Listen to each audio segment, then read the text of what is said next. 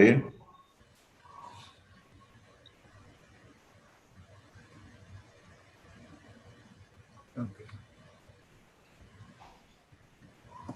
Hey, Koa, this is Tiffany Agostini. Do you mind if we just join the Zoom now, or did you want us to do on the YouTube until it's our turn? Oh, that's fine if you stay on now. We'll just, Okay. Yeah, Thanks. stand by. Okay. So where are you, Kavika? Oh, I see. Yeah, it took me a second to get the picture figured out. Petrolboro. Yeah, there it is. I see it now. First, I couldn't see the petrol.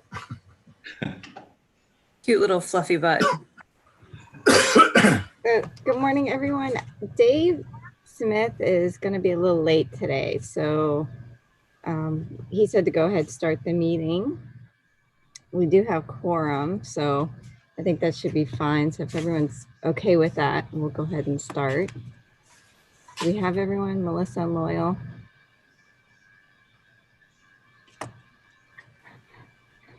Yeah, Gordon's going to be joining when he can, and then we also have Bob Reed, who's our new deputy director, who at some point will probably be shifting into an ESR seat. So Bob will be joining us too, I think, for part of the meeting at least, to get an overview of what things are. So we'll introduce him when he comes in. Okay. Yeah, I think he did try to get in, but we didn't recognize his name. Oh, okay. Yes, please let him in. Should I tell him to try again? Yeah. No, he's in already. Oh, he's in. Okay. Okay. Good. Good. Good. And so is Oh, there Gordon. he is. I see his name. Okay. Yep. Yeah, Bob. We're just trying to make sure you got in. So I just want to make sure. Okay, good. Loyal's there. Okay, too. good. Everybody's in. Okay. Okay, super. So yeah, let's go ahead and start. It's 9:03. We have so much on this agenda for the next couple of days. So I don't want to delay it any further. Dave will be joining, I think, around 10:30. So the only thing, we're going to do a little change in the agenda because we want to wait for him for the albuterol discussion. So I know that right now that one is item 4. So what we're going to do, as long as everyone's okay with it, is move Kavailuwa wind before albuterol discussion. Okay. Okay. All right. So I don't know, Jim, if you want to introduce Bob, we could do that now. Gordon, why don't you go introduce Bob? Sure. So Bob Reed is the new deputy director at Pierce, and really the future of leadership at the center. He comes to us from the Fort Collins Science Center, where he led their invasive species programs and spent many years researching brown tree snakes in Guam and boa constrictors in Florida. Bob, you have a few words? Sure. Can you hear me okay? Yep. Okay. I've got a bunch of stuff going on in the background in the kitchen right now.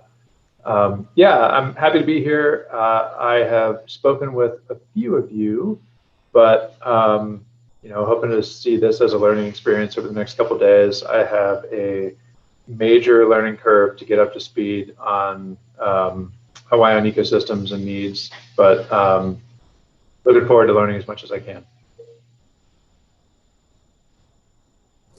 Good to see you again, Bob.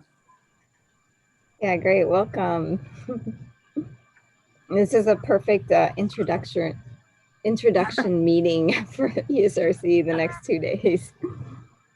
Yeah, I figure I'm going to be drinking from the fire hose.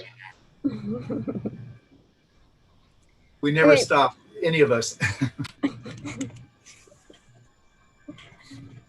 Okay, so the other announcements we had, I know there was a doodle poll sent out by Kate Cullison to try to schedule the annual meeting for the Kwai Seabird HCP. So she's trying to schedule that for the second week of March. So if you can please make sure to fill out that doodle poll for your availability.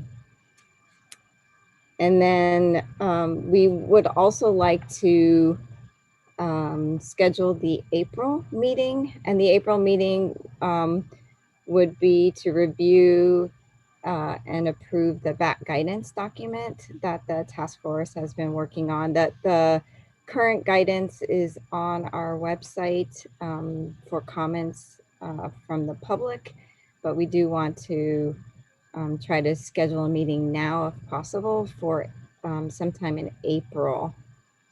Do folks have, I guess Dave's not here right now though, that's the only thing.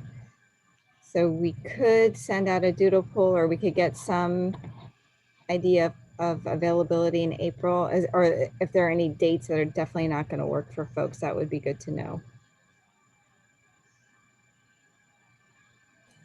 Afshin, are you looking at another Wednesday or possibly a Thursday? Yeah, we don't have, it doesn't matter what day of the week. So if those days are good days, then we can do Wednesday or Thursday. Yeah, I Jim, have on Gordon, my and cal- Bob. Go ahead, Jim. I have on my calendar the HCA steering committee meeting on April 8th. So that's a day that's out for several of us.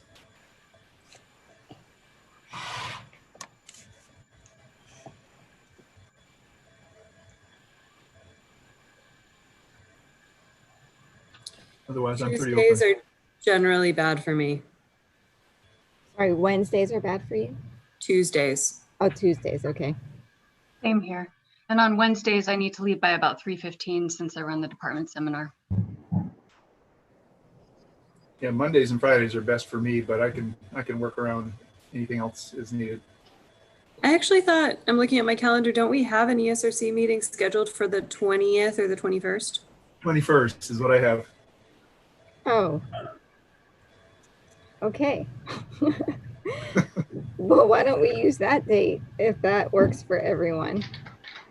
Sorry, I didn't realize that we had one scheduled already. You guys I play think it's just Sorry. Sorry, Go I ahead. didn't hear that. April?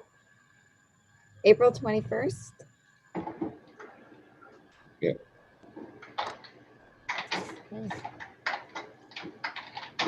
I think that's the regularly scheduled quarterly meeting, actually. Did you need a Right. second day in April, or is it just that one that you need?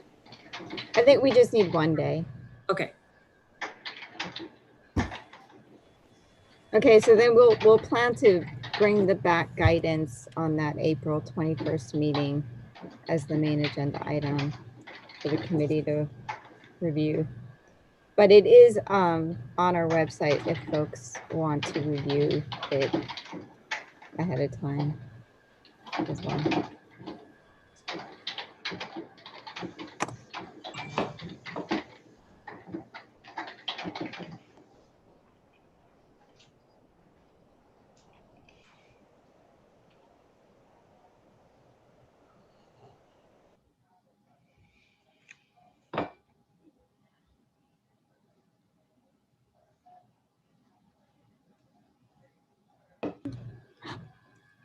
Okay, sorry. Okay, so then the next item on our agenda is the approval of the April 25th, 2019 meeting minutes. And so if there are any items folks want to discuss on that, if you had a chance to review them.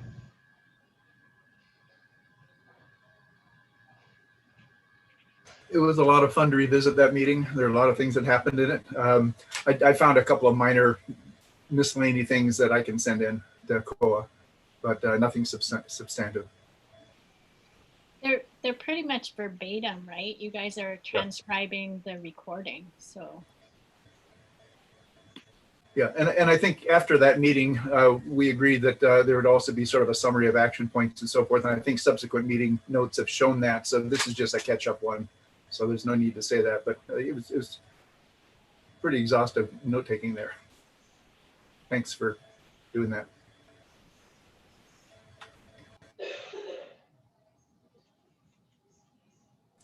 I thought that reviewing that discussion was timely, considering the fact that we're reviewing some of the NANI mitigation for the wind farms today. It was actually helpful. And it was definitely a blast from a past from some of our previous discussions. I didn't find anything major. I would defer to, I would say that I'm fine to approve with the exceptions that Jim is sending in.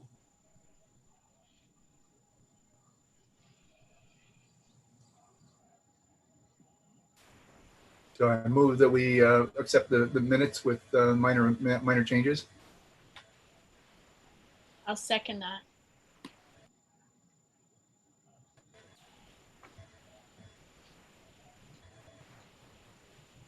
All in favor? Hi. Aye. Any abstentions? Any nays? Looks like you got it. Kavika, it looks like you're bucking to be chairperson of this committee. Trying Go to for it. move it along. Let's get through this. Okay, awesome. Thank you. Shane, do you want to do just a quick round of introductions of everybody on the call? Just, you know, for especially for Bob, but for anybody else who doesn't know everybody. Yes, thank you, Jim. That would be great. Do you want to start? Okay, I'm Jim Jacoby, a biologist working with USGS Pacific Island Ecosystems Research Center, and I'm a co-representative with Gordon Tribble on this committee. Enough said. I work with Jim. I'm Melissa Price, assistant professor at the University of Hawaii, representing University of Hawaii. I'm Lisa Spain. I'm a member at large. I'm on Hawaii Island and work at UH Hilo. Leo Merhoff, member at large also, and I'm on Oahu. I'm Michelle Bogardus. I'm the Deputy Fish and Wildlife Service Administrator for Pacific Islands Fish and Wildlife Office. I represent the Fish and Wildlife Service for this committee.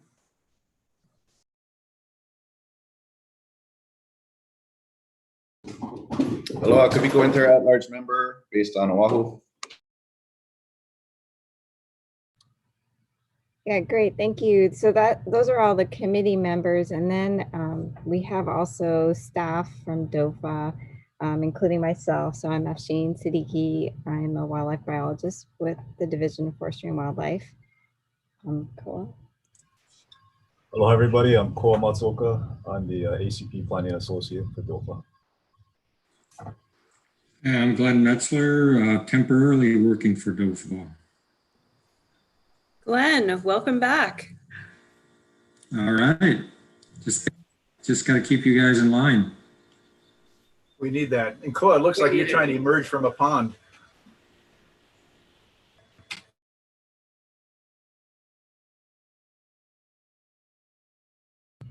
We have other DOFA staff as well that are going to be speaking on other items. They're on the call. I don't know, Matt and Susan, if you want to introduce yourselves. Hey, good morning. It's Matt Kier, a botanist with DOFA, and I work out of the Honolulu office. Nice to see you all. Hi, it's Susan. I'm the botanist for the Oahu branch.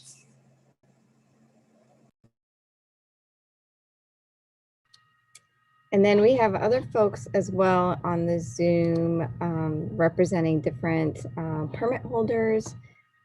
So maybe I'll let Kavailuwa folks introduce yourselves. And then I think there's some Albedo DH folks on the call as well.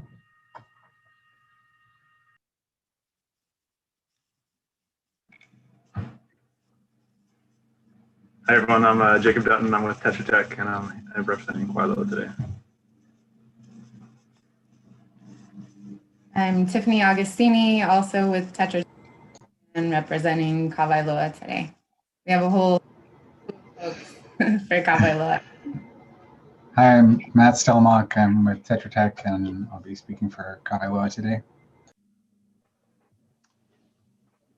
I'm Joel Thompson. I'm with West and working on the island-wide occupancy study, which Kavailuwa is funding, so participating on their behalf here today.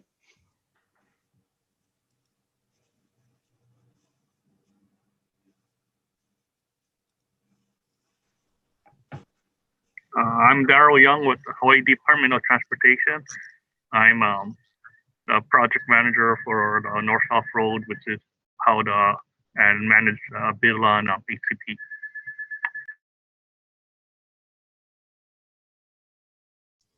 Good morning. I'm Darrell Ng with Hawaiian Homelands.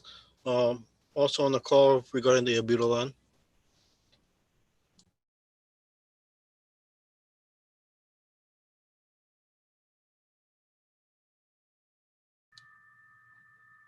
Okay, I think that's everyone. Sheen, is Linda joining us today as well? She is, but she's going to be also a little bit late. So her and Dave are going to be a little bit late for today's meeting. I'm not sure what time she's going to join, but she is joining. I see one more name, Adam Young, who's hasn't been introduced, I don't think.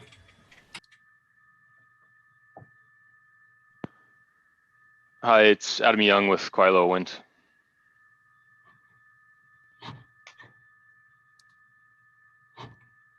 Okay, super. Thank you everyone for introducing yourselves.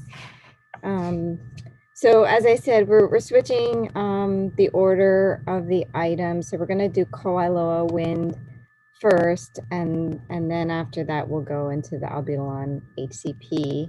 So with Kavailuwa Wind, I will just hand it over, I think, to Tiffany, if that's right. I think they have a presentation. We do. Going to attempt to figure out how to share that presentation.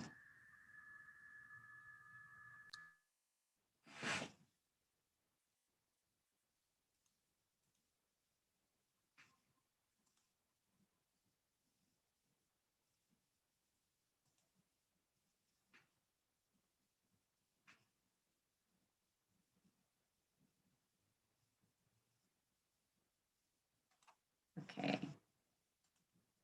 Can you see my screen? Yes. Yes.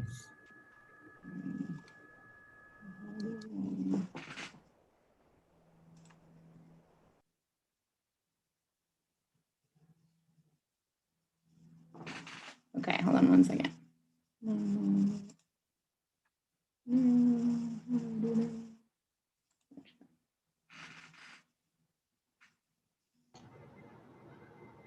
So this is Matt Stelmach. I'm just gonna open things up for Kavailuwa Wind. We'll be presenting on the fiscal year 2020 annual report for Kavailuwa Wind, covering all the habitat conservation plan, post-construction monitoring and mitigation details. So like I just said, we'll cover post-construction monitoring, we'll cover the bat take estimate, and then we'll review the mitigation for the project.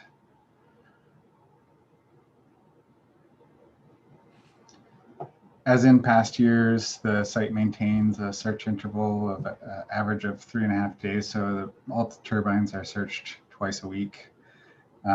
For bats or bat surrogates, we've had a really high searcher efficiency, 93%, and 0.83 probability of persistence to the next search. For medium birds, the searcher efficiency is 100% with a 99 or 0.99 probability of persistence to the next search.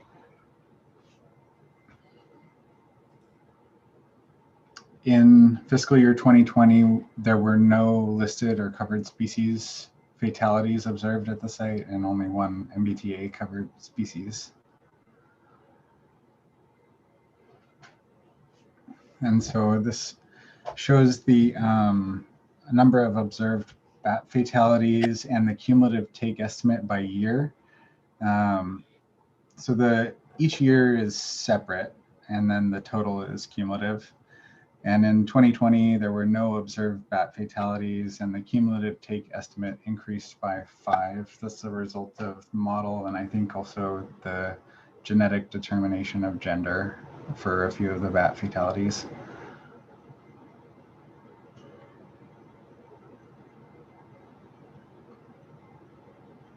All right. Thank you so much, Matt.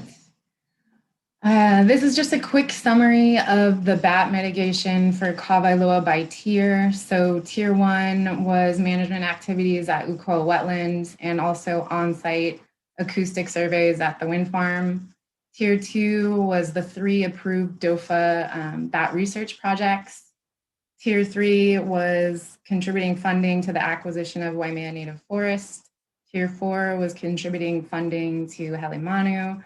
And tier 5, which the project is not in tier 5, the project is in tier 4 still, is currently being developed with a site-specific mitigation implementation plan. So this is just a quick overview, and then we'll dive into each of these tiers and where we are.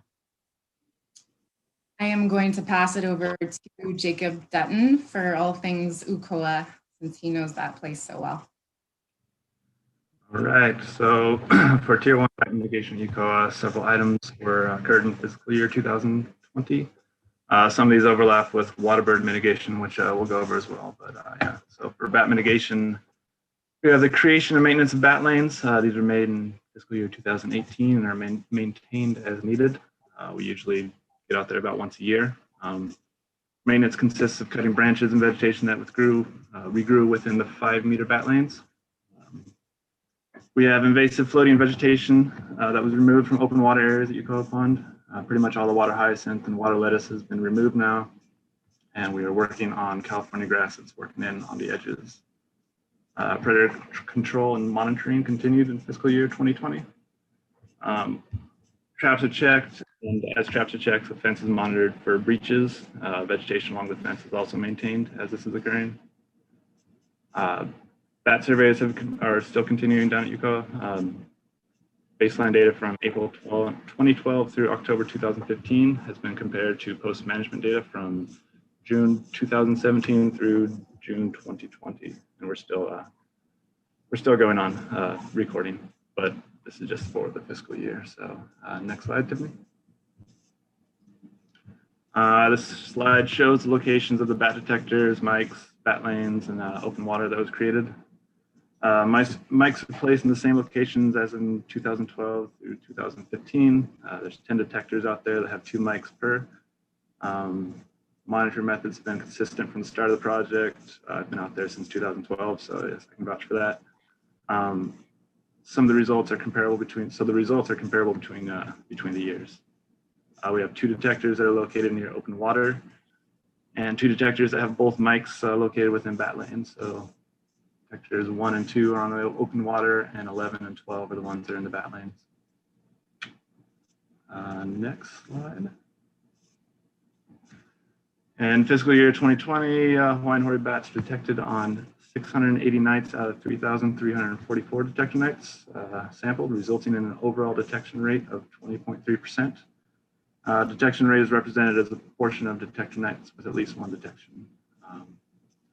Detection rates in fiscal year 2020 peaked in the lactation reproductive period in July and August, and followed similar temporal patterns as seen in previous years. The observed increases in the detection rates and feeding buzzes are a positive indication for the effects of management, but may correlate with factors other than the invasive species removal or bat lane creation. All right.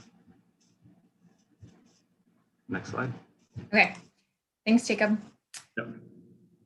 So for tiers 2 and 3 for Kavailuwa, it's the research projects, and you folks probably remember there's 3 research projects for Kavailuwa. The USGS modeling foraging habitat suitability was already completed, and that was completed last fiscal year.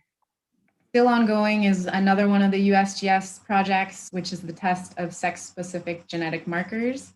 USGS released data in April of 2020 for this project, and 2 of the highlights is they determined the sex of 5 bat tissue samples, and they also found that 53% of observed fatalities at wind farms are male.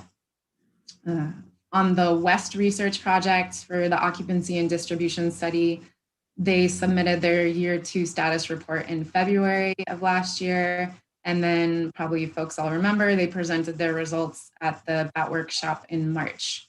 So Joel is here in the meeting today, and he's going to be giving some more details about that research at the end of this presentation. There were some remaining funds in Tier 3, and so to fulfill Tier 3, Kavailuwa contributed funds to the acquisition of Waimea Native Forest, and that was provided in December of 2019.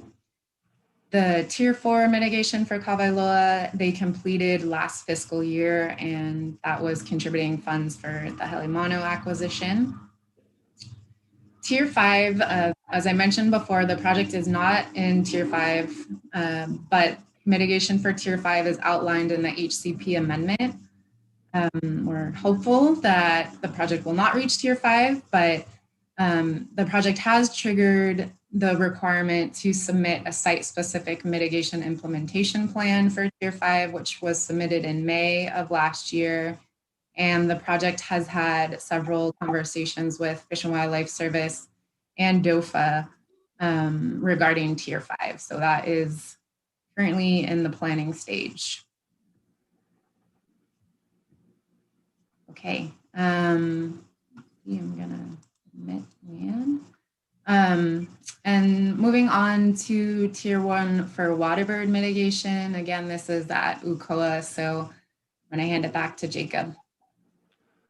All right, so in addition to Hawaiian hoary bats, UCOA is used as a Tier 1 mitigation site for waterbirds. It was fenced back in 2014 fiscal year. It's previously stated ungulate removal and predator control have been ongoing since 2014.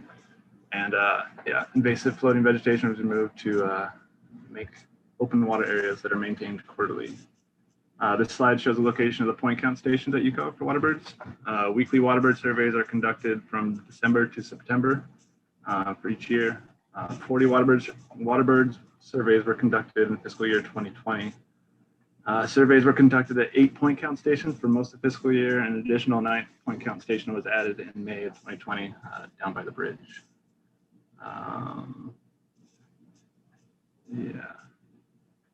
A single aerial drone survey was conducted in June 2020 to assess the current vegetation communities at UCOA to try and identify additional point count locations.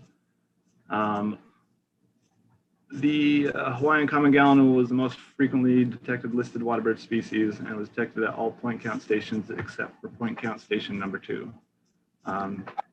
3 separate gallinule breeding efforts were observed in fiscal year 2020. It's believed none of these breeding efforts produced or fledged any successful chicks this year. Unfortunate. Next slide, please. This slide shows the average number of adult gallinule and chicks by each month for fiscal year 2020. Gallinule detections have declined each fiscal year since surveys began in 2017. For reference, on average, 6 adult gallinules were detected per survey in fiscal year 2017, and this year in fiscal year 2020, 2 gallinules were detected on average per survey. Sorry to interrupt. Could I ask a question? Yes. Just taking a step back, could you clarify? I want to clarify something you just said about there was no fledglings this year of the past year waterbird. Is that correct? Correct. Yeah. And earlier, when you're talking about this site, you were mentioning predator control. Do you have any slides to review what's going on there? We don't have any slides. This is in the annual report. The contractor that works there, they have tracking tunnels. So they just maintain tracking tunnels. They put them out once a month and just record the presence of predators down there. But are you guys actually doing predator control or just tracking tunnels? We are not doing predator. Well, the contractor, Great Board Wildlife Services, is doing predator control. Sorry, do you have data that you present on the number of individuals removed? We do not on this presentation. We have it in the annual report. Okay. I could. And just to clarify, are you trapping for both? Are you targeted trapping for both, or the people contracted? Are they removing both cats and mongoose? Cats, mongoose, rats, and ungulates, pigs. Keeping an eye out for bugs as well. And you said there's a fence, ungulate exclusion fence?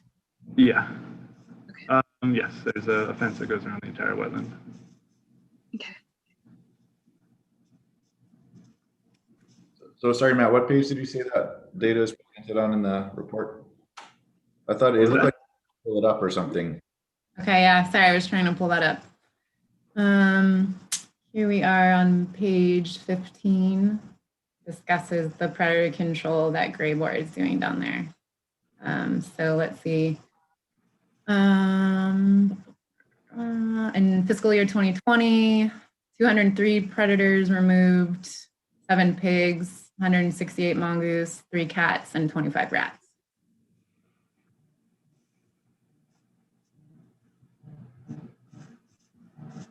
Yeah, that rat number seems. So yeah, like I said, it's concerning that were there observed eggs? Yeah, 3. So out of the 3 events, first one detected was right at hatching. So I detected 2 chicks being fed and later found an abandoned egg in the nest. The other 2, yeah, I observed them from like nest building to incubation stage. So yeah, there were eggs. But the eggs did not hatch. The eggs hatched in 2 of those events. The second one, I did not see any eggs hatch. I don't know. I watched the bird incubate the eggs for about, I don't know, 4 or 5 weeks. Okay. And then it just left the nest. Yeah, 2 eggs on there. And then I watched it like the following week. It was raining. There was no adults around and the eggs were wet and cold. So okay. Weird abandonment. And then the final event, it was, yeah, I watched chicks that were about 5 weeks old, and then I just couldn't find anything, and I didn't see any immature birds following. So yeah, I just assumed that was a failure, but potentially 1 bird could have fled from that event, but I don't know. Okay, so just a quick note on, based on the research, so we've been doing stilt research for a number of years now, and basically, you know, at the end of the day, we want to make sure that we're seeing successful reproduction, right? So the numbers for the number of mammals removed is impressive, but it appears to not be enough to actually result in successful chicks. So I just make a note that even though those numbers are impressive for the number removed, there may need to be an increase in removal effort if we're not getting successful chicks. Yeah. Yes, Jacob, too, do you want to speak to the trespassing defense and? It is, yeah, it's definitely a tricky place to work at. There's a lot of pressure from pig hunters that like to come in and they cut the fence, creating little ingress spots for ungulates to make their way into it. So it's a difficult place to trap because you're trapping out pigs, you're getting close to getting them all away, and then or getting them all taken away, and then yeah, it opens up again. But yes, there's a pretty persistent trespassing issue down there. I guess that raises the question in terms of, is this an effective mitigation site for the waterbirds at least? Yeah, it is a good question. I mean, you know, that's a key part in terms of, you know, making sure the mitigation actually works. So how does adaptive management, what are the adaptive management aspects if you guys have a predator control program and you're definitely, we're still not seeing successful fledglings, high probability of predation. So what are our adaptive management strategies given this, in light of all this? Yeah, I know, Matt, do you want to share some of your thoughts? I know you've been thinking about this. Yeah, I guess we're open to hearing suggestions from the ESRC. I mean, we don't have causal mechanisms to say the predators are the cause of this. The site is in a fairly, you know, there's a lot of factors that could contribute to the reproductive success at this site. And like you're saying, we're concerned that we're not seeing the level of reproduction that we'd like to see in order to offset the mitigation requirements. And so if the ESRC has recommendations, it sounds like from Jim, there's a concern that this may not be an effective mitigation site, and from Kavika that there may be a need for adaptive management. I think those are on point and definitely something that we should take to the agencies to have a discussion about what are appropriate next steps for mitigation for Kavailuwa. You also have the added issue that it seems like your count every year has decreased, and so overall it seems like the population has, at least for gallinules, has decreased. I think they liked the water hyacinth. It's sort of what we're one potential explanation of why. So that was going to be my question. Decreased. That was going to be my question, Tiffany. There was an assumption made at the very beginning of this project that the area was socked in by invasives, and that the removal of those invasives and the opening up of the water was going to result in the site being more appropriate for water birds, and that would draw them in, and then the predator control would protect them as they drew in. The population of water birds at the site was always very low, and it was anticipated that we would get more coming into a protected site if the invasives were removed. It seems like that hypothesis has not been borne out by what we're seeing on the ground. It would be good not just to have recommendations from the ESRC, but to actually get the water bird. There's an interagency water bird hui. There might be other water bird experts. It might be good to get some just biological ground truthing of what's going on with water birds. What is it about the site that is potentially not attracting them to the site in the first place? And really looking at the sources of reproductive success. Just a quick newbie question. Are there any aquatic invasive predators like big bass or soft-shell turtles in these systems? I mean, there's some turtles in there. I'm assuming, are there catfish? No, I've only seen tilapia, maybe some large predatory or cichlids like aquarium fish, but only a few. One other thing that I think it's important to mention is change the way I think about predators and water birds. We also had, so we compared the nesting success of stilts inside the new predator-proof fence at Honolulu that excludes mammals, right? A mammal exclusion fence there, to Waiava.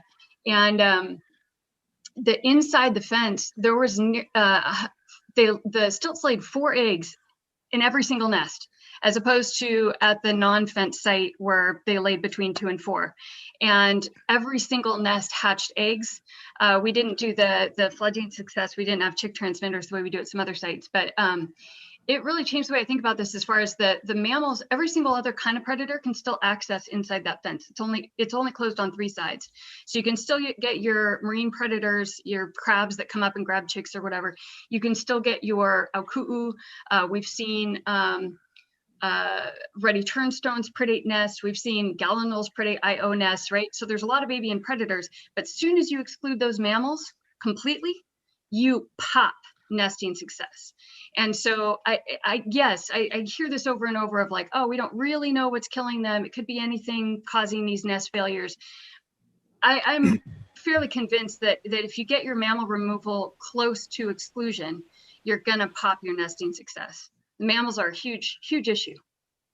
And it only takes 1 cat to take all of your chicks. Matt, can you pull up your tracking channel activity rates? I know it's in the annual report. I think that would help. Because Melissa, as you said, it's not about the number of animals removed. It's about what that means relative to the population of predators on the site and how that affects the ability for listed species to survive and reproduce in that area.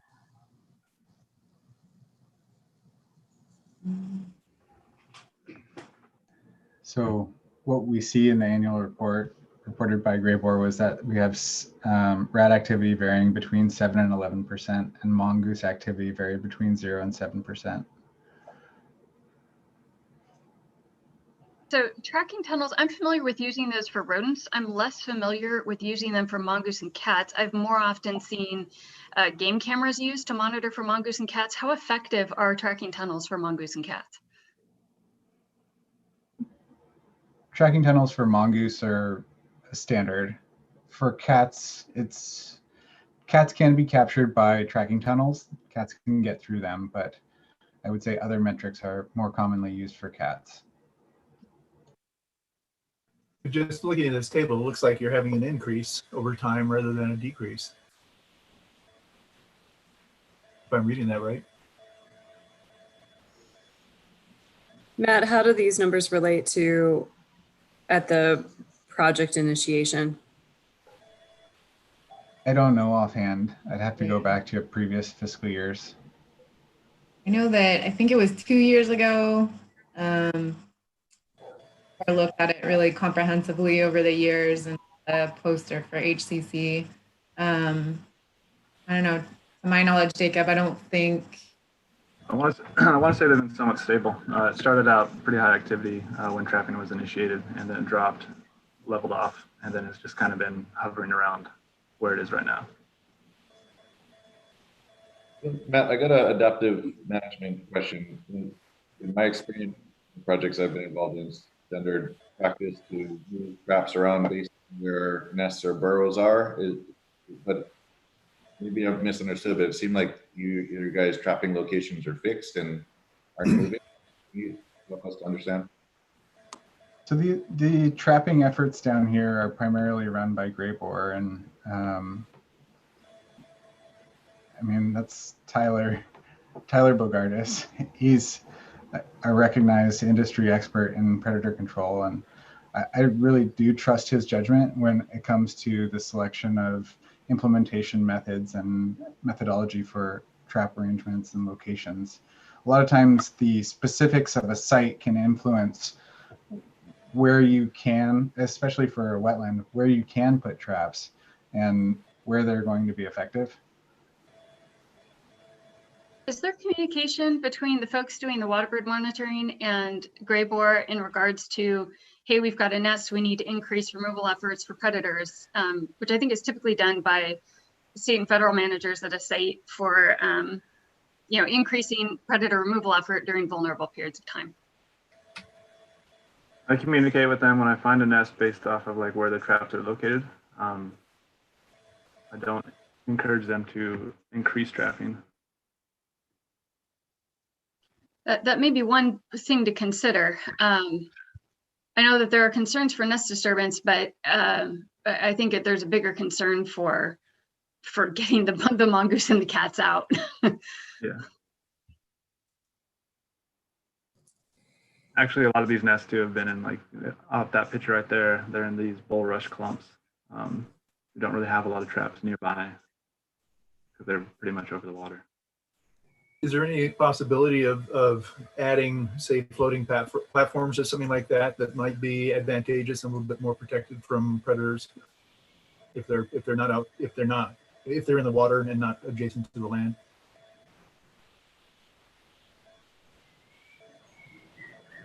I don't know if we've talked about adding any sort of nesting platforms out there. No. Yeah, I don't think floating platforms are in the management plan, but it could be something we consider for adaptive management. I know they were attempted at in Kaloko Honokahau many years ago, and Melissa, you probably are more up on whether that's a viable strategy or not. I've heard people talk about it. I'll say that we tested for that in the last round of IO of stilt research, and there was no increased success in nesting success on islands, so mud flats surrounded by water, and we observed mongoose swimming over to those. So the water doesn't keep the mongoose out. You got to keep the mongoose out. Jacob, I just went back to my notes from this meeting from last year and was looking at some of our discussion items. One of the things we talked about last year was cattle egrets and what was going on with that. And it sounded like they were off of the UCOA property, so there was limited ability to do anything about them, but that there was a supposition that they were contributing to some of this. can you talk about whether or not you have any additional information on that this year, or whether or not that issue has been resolved? No, I'd say we're pretty much in the same place we were last year. I do see where they are roosting about all the way down Cam Highway. On site, there's no rookery trees. They do come in. Generally not. I do my surveys early in the morning, and they will usually by earlier in the afternoon, later in the morning, they'll come in after I do my surveys. So I'll see them all in that tree. But we're pretty much where we were at last year. So I realize, oh, go ahead.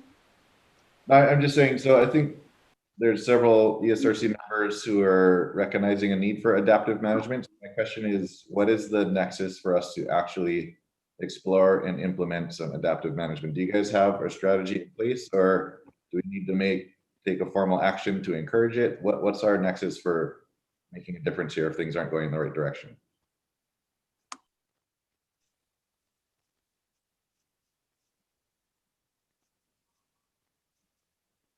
I'll take any answer from staff, DOFA staff, tech staff, Michelle, anybody. I'd recommend if this team could get together if the Kavailuwa team could get together with the agencies and talk about adaptive management measures and fleshing those out, and whether that's through seeking recommendations from ESRC or from Waterbird experts, to look at the variety of factors associated with this. It also is important to go back to the HCPs and actually look at the success criteria identified in the HCP associated with Waterbird success and how it's defined, because that informs how adaptive management is met. And Michelle, I just looked at that and there's not much there other than, saying that, success is defined, but there wasn't like a layout of what the, for sure, next steps are. It does talk about potentially looking at alternative sites. And that sort of stuff. So yeah, I would agree that would be the thing to do. But can you guys tell me for sure, but you guys haven't had any Waterbird take yet, right? No, I was going to mention that. No observed waterbird. So, I mean, it's a piece of the HCP, obviously. So it'd be good to figure out why this is not working, but it's not right now. Not as critical as if you were pushing the edge of a tier on Waterbirds, right? Correct. So you have a chance to kind of try to figure out what's going on here and decide whether you want to change here and make this site work or go to another site. And maybe I'll make that comment in regards to, I know we're always kind of keeping an eye both on the progress on this particular HCP as well as the kinds of things that we look for in future HCPs. And I think I'll just note that over the lifetime of a mammal exclusion fence, the costs come out about equal, right, to doing regular control. It's just a bigger upfront cost. And so I would just note that with the success of that first Waterbird focused fence, it may be something in future Waterbird mitigation that we want to consider, because I think this kind of an example shows us that the amount of removal you have to do to actually get increased reproductive success is pretty high. And for potentially an equivalent cost over 30 years, you can actually increase reproductive success.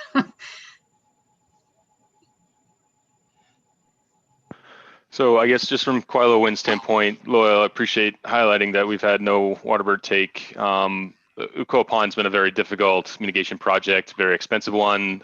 So, I think certainly we're glad to have the discussion surrounding adaptive management and seeing if there's a better use of funding for Waterbird mitigation. And when this one went in, it was experimental on bats, not that's right. as experimental for Waterbirds.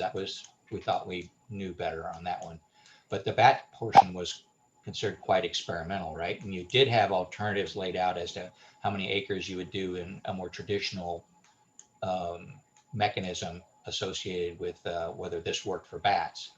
Not as much explanation in my mind when I reread the HCP as to how you would use adaptive management other than tweaking your predator control or something like that. So some of it was not knowing and thinking we knew more combination. So I know Kavika's question came in the middle of the presentation. Do you have more to present? And I was, before saving my questions for the end, like I had a question as far as, you mentioned one MBTA covered species was, there was one mortality in those, but you didn't mention what that species was. I was just curious. So I had a few questions from earlier in the presentation, but do you actually have more to present before we look at the overall report for the year? I have just one more slide on Hawaiian petrel mitigation. So up to you. Yeah, we can talk about those before we go to Hawaiian petrel if you'd like. Yeah, I was just curious what the species was. So the one that you had take on was the Hawaiian petrel, the MBTA? Oh, no. Okay. Nope. No take on Hawaiian petrel. So, No. okay. Yeah, if you just clarify for me what the species was that you had one MBTA covered species that there was take on, if I could hear what that was, then that question's answered, and then finish your presentation. It was a white-tailed tropic bird. Thank you. And since I already derailed the conversation, I actually had a question about the bat slide, the graph, but I'm Tiffany, if you want to finish, I'm happy to do it whatever way you Before we move on, I just wanted to touch on some of the topics that were covered for UKOA. Michelle suggested that we meet with the Waterbird working group, and it sounds like we also, maybe the agencies could be involved in that discussion, or I don't know what next steps we see there are, but it sounds like the project needs to have a discussion with the Waterbird experts to discuss adaptive management of mitigation at UKOA, and then we need to bring the agencies into that discussion. Matt, I would actually start with the agencies so that we can look at success criteria and the HCP language first. Okay, thank you. Thanks. Thank you for following up. What was that? No, I said thank you for following up. But so if we're done with the part, could you go back to the graph? I think it was the bat audio, the acoustic. I was trying to understand what was going on there, and then you guys moved. So Matt, can you describe this again, please? But Jacob walked through this, but essentially what we see is the proportion of nights with detections in each year, with 2020 shown in red. So you're seeing. This is at UKOA. More, so detections are increasing because of mitigation is what you're trying to express here? So there's a couple of pieces that are occurring simultaneously, but generally what we see is higher detection rates after the mitigation actions. So the installation of bat deterrent or bat lanes here, we generally see higher activity rates since the installation of bat lanes. And this is, I think this is, the comparison is better illustrated in figure 12 in the report, which is on page 21 of the annual report. And Matt, is that statistically significant? I don't know that we did a pre and post statistical analysis. Do you, on that previous graph, do you interpret, because as I look across, I don't know if you mind scrolling back up to that, but do you interpret that as you're getting increased reproduction at the site because you're seeing increases in detection in lactation period, during the lactation period? That's where you get your biggest spike, which would suggest they're utilizing the space theoretically, although you don't survey for pups. You're getting increased detections during the lactation period. Is that how you're interpreting that? Yeah, this is the pattern that we see generally for all sites where bats are monitored, is that you have a big increase in activity in the lactation and post-lactation period with much lower levels of activity in the other portions of the year. Sorry, I'm talking about across years. So I see that going from white to black, within just August, you see a pretty large increase from 2012 to 2019 or 20 in the number of detection or proportion of detections taking place during the lactation period. And if you're if across years you're seeing an increase in activity during the lactation period, is that interpreted as an increase in reproductive activity at the site? It's hard to say whether this is a change in reproductive activity at the site because we're only monitoring acoustic activity. And because bats have such a broad ability to cover ground, we don't have, I guess we could work with Joel to compare this to the island-wide, or try to compare activity from one detector to another detector to see if bats are moving from one location to another. But just with acoustic activity alone, we don't have a good way to measure reproduction. Okay. So, okay, I guess my question a year ago was, have they shifted, have they simply shifted where they are doing their activities, in which case you haven't actually increased numbers. You don't have a net plus for the island to actually provide mitigation for the losses, or does this represent actual increases in that are contributing to an increased population size? And so what you're telling me is that the monitoring, the type of monitoring that's being implemented isn't appropriate to answer that question.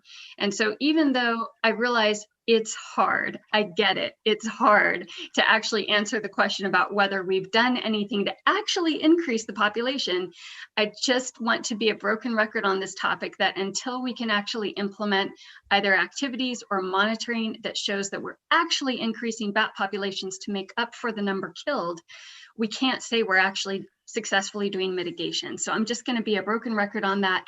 I thought maybe this could be interpreted that way, but I appreciate your conservative approach in saying this is not the appropriate tool to directly answer that question. I respect that. So I would interpret this a little differently. You said that if we're changing the location where bats are, that we're not providing mitigation. But I would say that if we are moving bats from an existing location to a new location that's suitable habitat, that we have opened up areas for bats to use. So if a bat moves from one site to another site, because that's preferable habitat, the previously occupied site is now open for another bat to utilize. Potentially, and if we're monitoring that site and we see that take place across the island, again, I kind of think if I've got $100 and I shift it from part of it from one bank account to another, I haven't increased my money at all, you know, and so there's got to be some way of showing a net increase in response to things. I totally get that theoretically we've shifted things to maybe make more space available, but we got to have a way of showing that, right? I think the more accurate representation would be to say that if you shift from your current job to a different job, your current job is available for somebody else to occupy. So what we're talking about is not a static piece, like a bat. Land produces bats, you know, so there will be more occurring. It's just a little bit different interpretation, but we're, you know, if you're moving bats to a new location, you're creating habitat, you're creating a space for bats to occur. And in theory, you're increasing the island-wide carrying capacity. Another way to link this together too would be, you know, looking at food resources, whether that's changed or not. And I know that wasn't necessarily part of the original plan and so forth, but that may be one way to link it in, because if your management is resulting in increased food resources for bats, then that potentially could lead to higher productivity. But again, it's an indirect index for sure. I think it goes back to Kavika's comment. I think it was Kavika that said, look, you know, if we could compare this with the overall island monitoring data to say, has there been a net increase in detections over time? Then it would be a good argument that this is doing what you're saying. It's shifting bats to be a higher density at this particular site, which opens up potential use at other sites. But theoretically, the data exists to be able to maybe answer that question at the island scale. Sounds like a segue to Joel. Yeah, I also don't want to undermine the point, which is that it would still be very valuable to have a means of measuring bat reproduction so that we could say with certainty that this site has produced some bats. And that's a tool that we don't yet have. And this is Loyal. I agree with Melissa. This is encouraging, but it's not in itself indication of an increase in bat numbers, but it is encouraging, and you know, it probably needs a little bit more exploration as far as the data goes with both West's study and just in general with what data is there on an annual basis. So neat stuff, but it still doesn't get at the conclusively at the key problem of, you know, have you created more bats? And sorry to be a stickler on this. I hear this over and over that we don't have the tools. We have tools, they're expensive and they're not efficient. So we have radio transmitters that can work. They're not, it's a huge amount of effort to get them on them. We can do tree-based surveys. It's just a whole lot of work and a whole lot of money. So it's not that the tools don't exist to survey for pups and reproduction and that kind of stuff. It's just, they're more expensive than the tools that we're currently using. Yeah, the other challenge that comes in too is the fact that this, you know, the management here may make this a more productive site for bat foraging, but they may not be actually utilizing it for roosting and pupping, and that may be occurring somewhere else, which again is a disconnect in terms of, you know, the productivity of the site and how to connect those two. Has anyone been able to monitor hoary bat, either mainland or Hawaiian? I guess when you say that the tools are available but they're out of reach, I want to clarify that that's not like that's not because of a lack of trying. It's because these, when you say they are available but they're just cost prohibitive, I want to say that, you know, if they were not cost prohibitive, we would see research being done.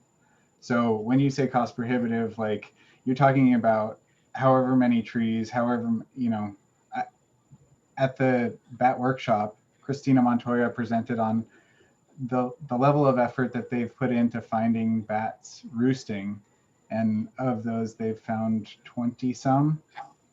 So it is very intensive. So I don't want to underplay that at all. Yeah, totally agree. And that's what I'm trying to speak to. So we have some examples to point to where people have done this. It's just very low output for the amount of effort, which translates into dollars, right? Person hours. And capacity, right? Just simply the number of people that are available to do that. I'm conscious of the fact that this is going to be a discussion that we have over the course of the next 2 days, probably in every single hour over the next 2 days. So it may be worth us just, I don't want to move too quickly through the conversation. I know that it's a critical thing, but it's also going to be one that is borne out in multiple projects that we're looking at.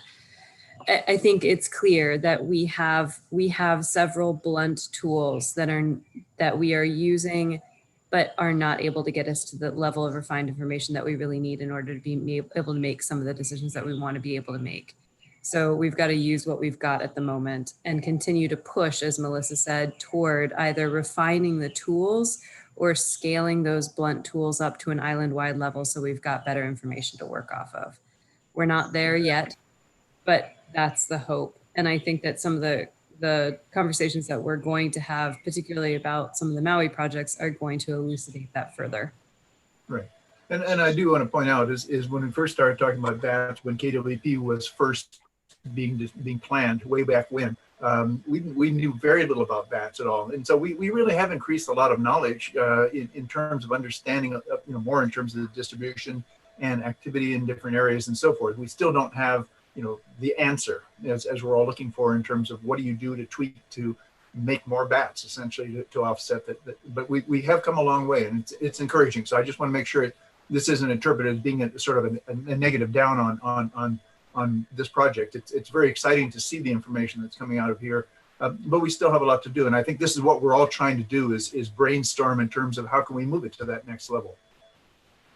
And I also, sorry, go ahead, Lloyd. I was going to say, this is, again, good and kind of headed maybe in the right direction, but the key thing is we don't have the validation studies to show that this actually then links into an increase in bats. If you had that from at least one place where you actually had been able to connect the dots and show that, then you could tier the studies by the individual wind projects maybe to that study. But since we don't have that, that validation, it is, the old classic, cartoon with a guy at the blackboard saying, here's a bunch of equations and then another set of equations at the other half, and then the middle is, a miracle occurs or something happens. We don't know that. So we need to connect those dots through there at least once in some sort of a research validation thing, and we can't do that right now. And that's what's really holding us up for the creating enough bats. We still can't count bats. So when you've got those two in tandem, it's problematic, as you say, Michelle, but it's important for Melissa and me and other people to keep saying that we still can't document that. So we are still not increasing the bat population with some of the mitigation for sure. And we have to make assumptions that it might be happening. Yep. And I would say, Loyal, in the absence of that, it puts even more onus on the ability to effectively minimize and avoid take wherever possible. Absolutely. And I'm grateful for the Kavailuwa for implementing deterrence early on, and even more grateful to see the fact that the reduction in take associated with that, or at least we hope that it's associated with that. Okay, I got one more specific question on this graph, I'm sorry. So Matt, this is cumulative bat activity at the site, correct? Well, this is, yeah, at Ukoa. Yeah, at Ukoa. So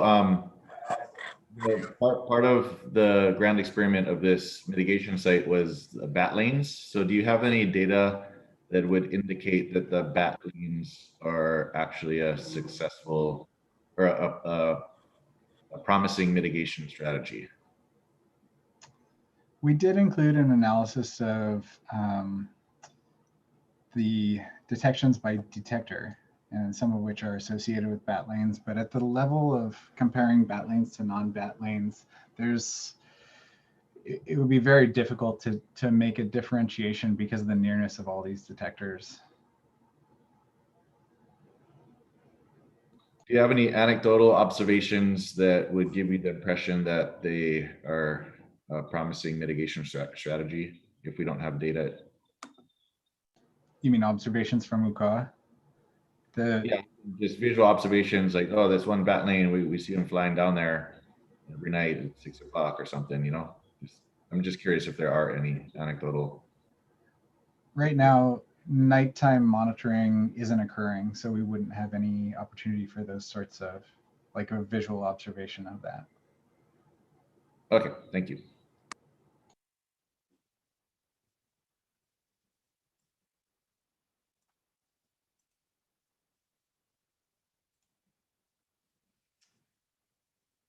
Does anyone have any other questions on the previous slides, bats or waterbirds? If we're gonna take those, I have one just to make sure I understand. The presentation that I'm seeing here seems to be different than some of the numbers, and the text is different than what's in the summary. In other words, the summary was prepared by DOFA, wasn't including, I think, the final approval for Kavailuwa, whereas I think your presentation is updated and all that, right? Because the summary doesn't talk about the extra bat tiers, for example, with the amendment. So if you're updating, have you had any bat take for this year, not last year, that was doing the report? We've had no observed bat fatalities since 2018. Okay, thank you.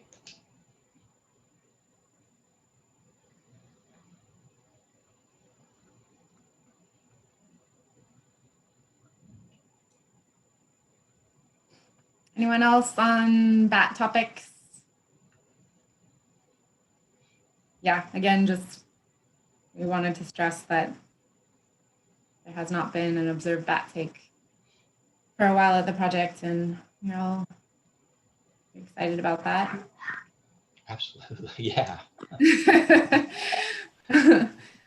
One real quick question, and perhaps I missed it from a meeting that I didn't attend in the past, but the Waimea area is that acquisition was part of your one of your tiers and so forth, is there baseline monitoring that's going on there in terms of seeing how, you know, what our baseline is for bats in that area? That would be a good question for DOFA. I don't know if Sheen or anyone else. So the full obligation from Kavailua's side is just simply to put money into it, and it's not to necessarily produce. Is that correct? And maybe that's just the interpretation from DOFA and Fish and Wildlife. Is that correct? Yeah, I believe, and I'd have to double check, but I believe the mitigation was for the acquisition solely. All right. Yeah, at some point, I think it would be worthwhile, you know, in a broader context to loop back on that, but not necessarily in the context of this presentation here. So,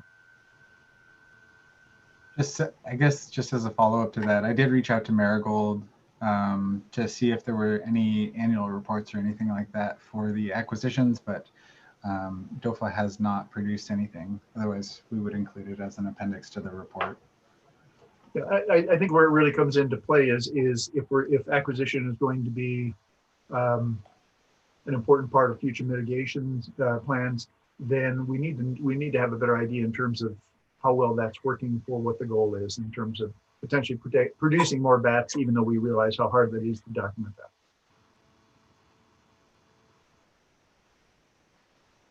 So I believe what the way it works with acquisition is that we're protecting areas that might be developed in the future. And so we're protecting habitat that exists currently for bats, right? And so you want to know that there are bats actually utilizing that area. Is that the question?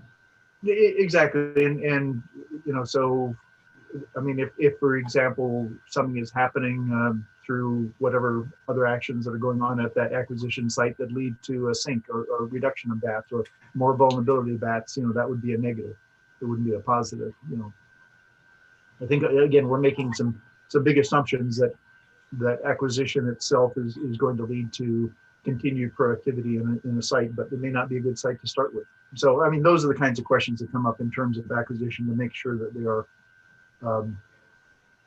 they fit into what the intention of the mitigation for bats is. So, but again, that's I think we need to table that at this point and come back to it at another point. A brief follow-up question, and I'm sorry if I know you spoke to this briefly earlier, but I don't know if you directly answered this. The original HCP provides for tracking the available prey resources like flying nocturnal insects at UKOA. Is Tetra Tech still doing that? There was invertebrate surveys prior to the bat lane creation, and Jacob, I'm sure, knows offhand what year that was done. It wasn't done by Tetra Tech, but there was invertebrate surveys previously done, and they're not currently being done at UKOA. Okay, so that seems, I mean, talking about adaptive management, that's not even adaptive management. It seems like it would be important to monitor that particular item post-restoration for comparison to pre-restoration, and particularly if it is in the original HCP.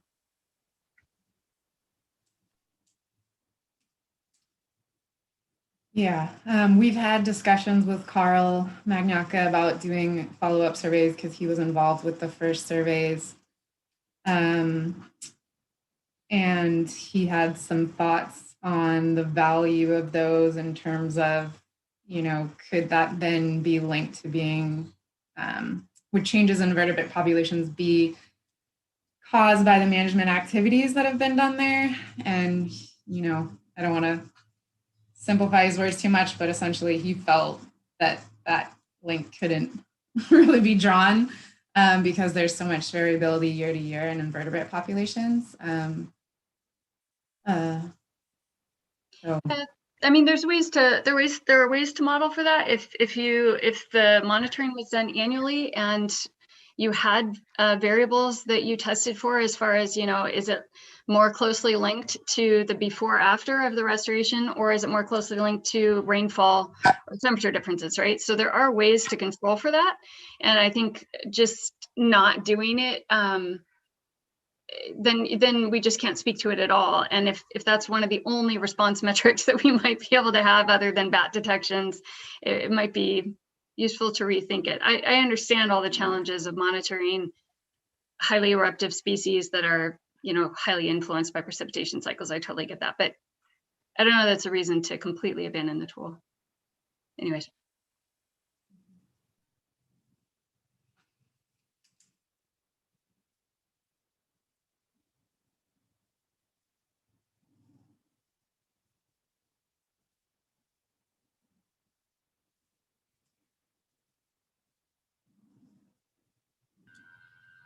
So just for a time check, we have allotted another 15 minutes for Kavailuwa. Is that enough time for you? I don't know if Joel was going to give a presentation. I definitely want to have Joel to have enough time. So I think that should be fine as long as we can move on to the Hawaiian petrel. And I don't have many results from that aspect, considering, the season had just ended and we haven't really vetted the reports yet. So are we good to move on to Hawaiian petrel? Is that okay in the sense of time? Okay. And we really appreciate all these other discussions as well. Of course, they're all very valuable. Hopefully moving on to a positive topic here. Just a reminder that the project did not originally have Hawaiian petrel as a covered species, but it was added as a covered species in the HCP amendment. The very specific details of that mitigation are outlined in the amendment. Essentially, Kavailuwa Wind provided funds to conduct predator control and burrow monitoring at Hanakapiai and Hanakoa in 2020. These sites are located in Northwest Hawaii, and there was two groups that received funding from Kavailuwa Wind, Halleck's Ecosystem Restoration Services that does the predator control, and then Kauai Endangered Seabird Recovery Project that does the seabird monitoring.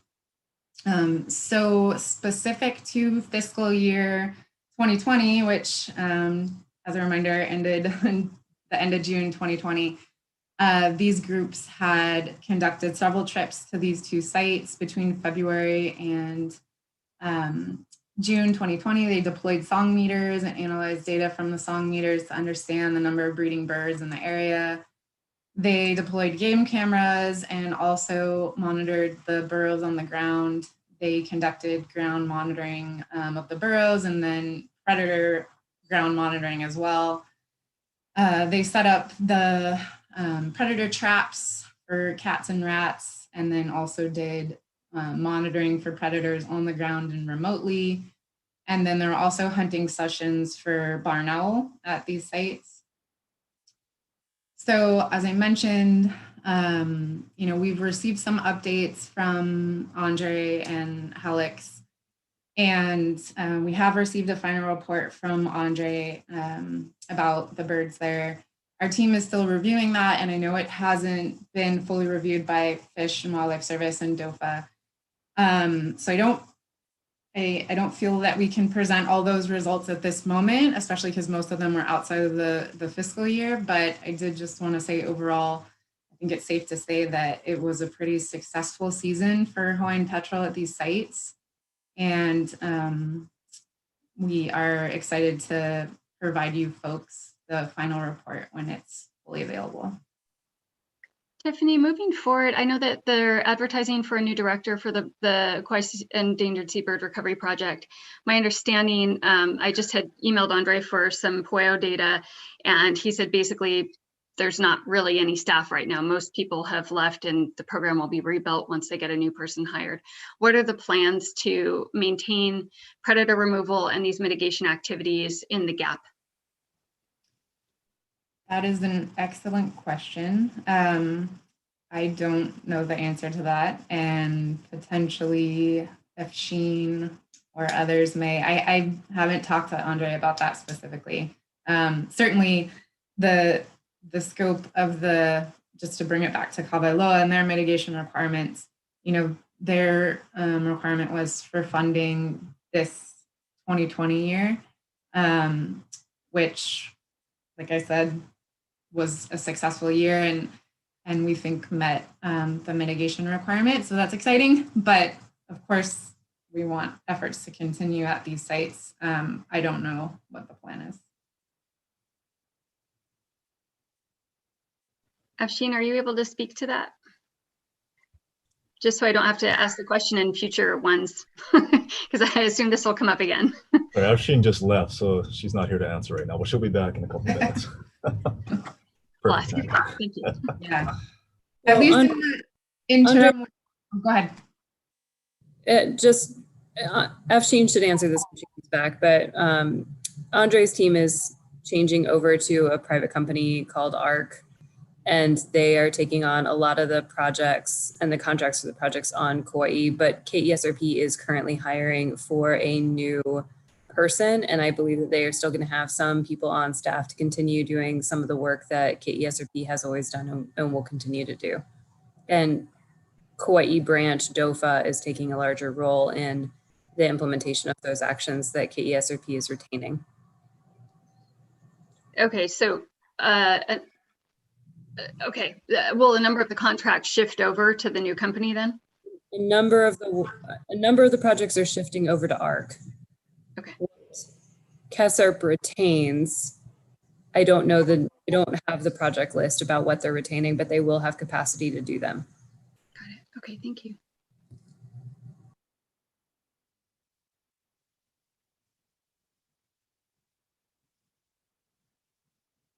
Okay, if there aren't any other Hawaiian Petrel questions, I would like to suggest that I end my presentation and let Joel from West provide some information on their research. Everyone okay with that? I have one more question, sure. and it does jump back a little bit to the bat one just to make sure. Have you guys done any misnetting and telemetry at the mitigation site? Misnetting and telemetry was done with the original setup for UKOA. But it was supposed to be done at additional 5-year increments or that kind of stuff.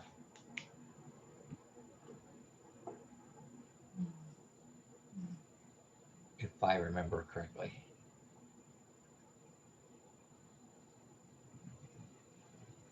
I don't know if I specifically remember that one, but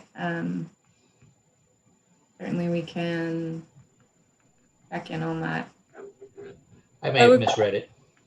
That would be good. I have that in my notes from last year, Tiffany, but I don't have enough detail in the notes to know exactly what that is referring to.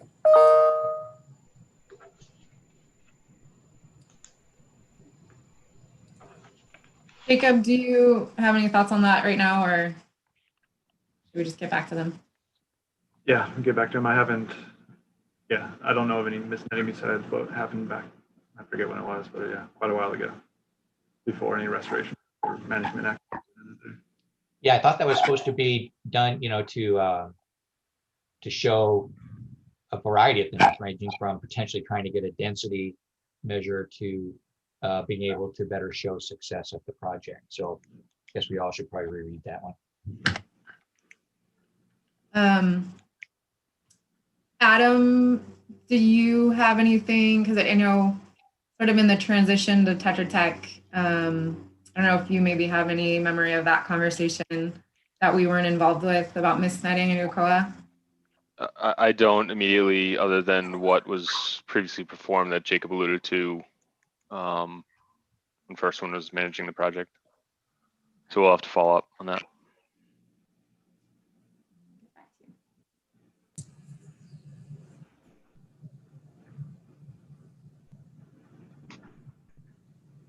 Right.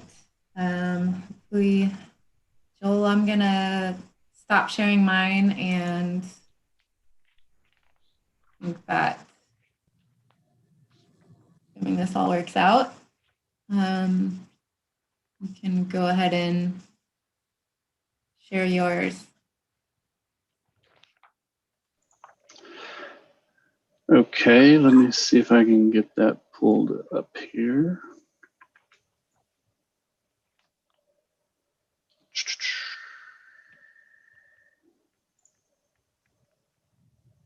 Screen.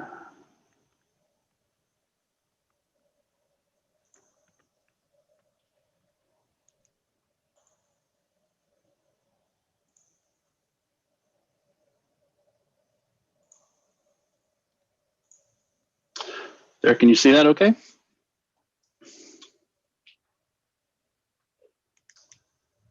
I hope. Anybody? Yeah, we can see it. Yes. Oh, okay, great. You all went away in my visuals, so I can't see anybody at this point. So actually, here I am at the wrong spot in the presentation. So sorry about the quick scrolling here.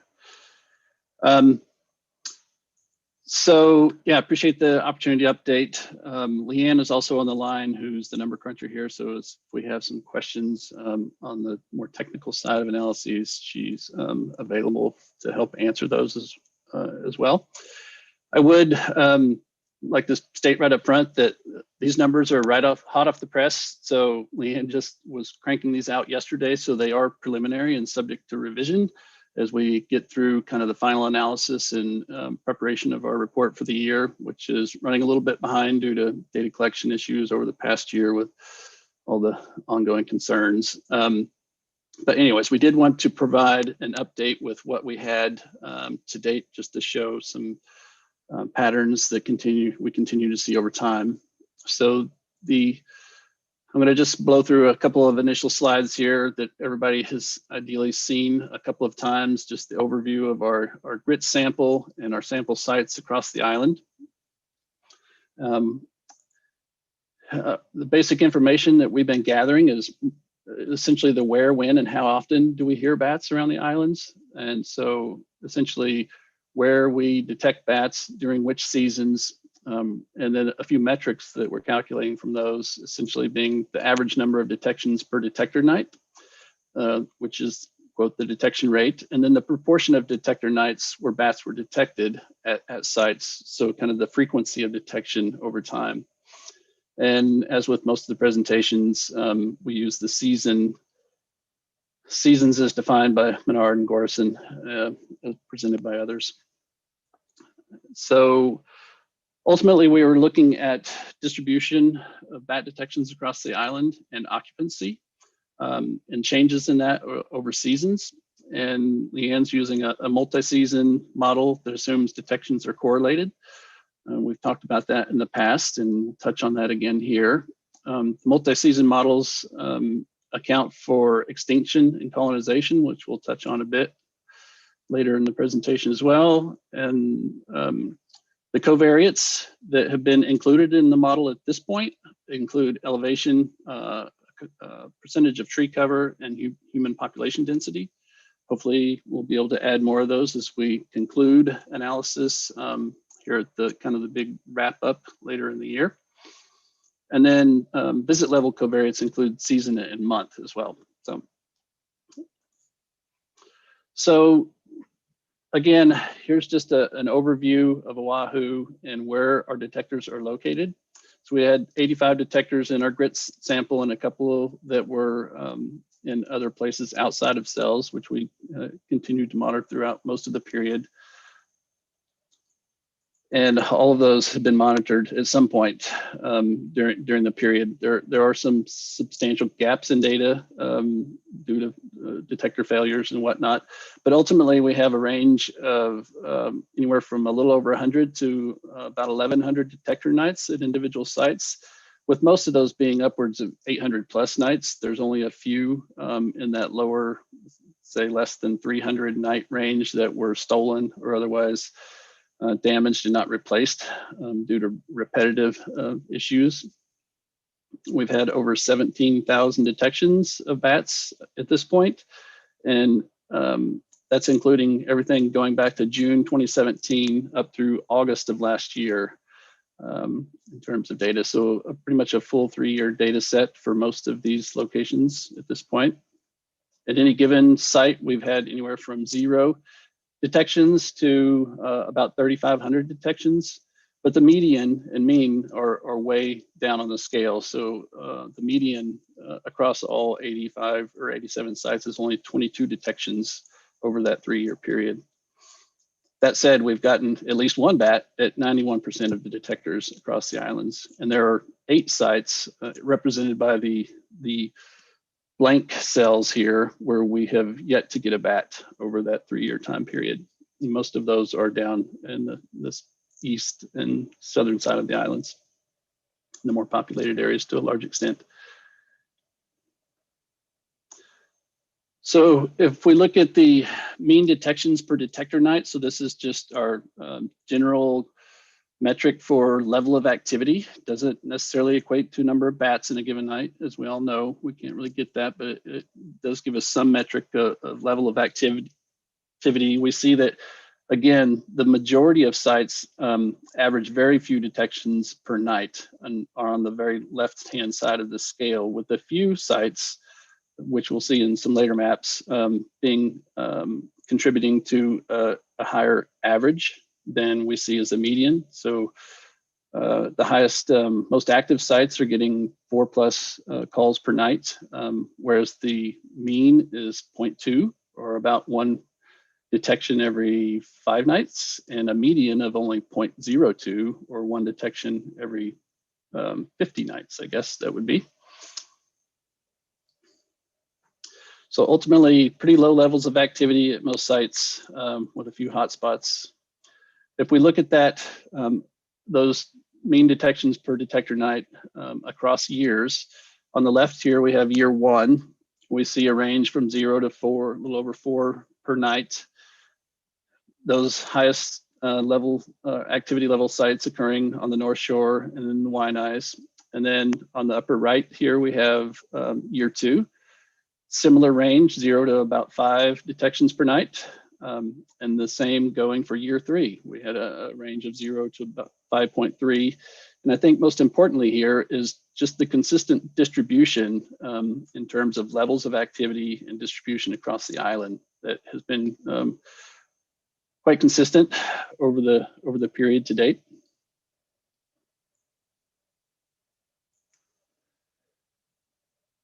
If we look at that a little bit more seasonally, and I only have a couple seasons represented here, this one being the spring or pregnancy season, which is kind of the tail end of the first year.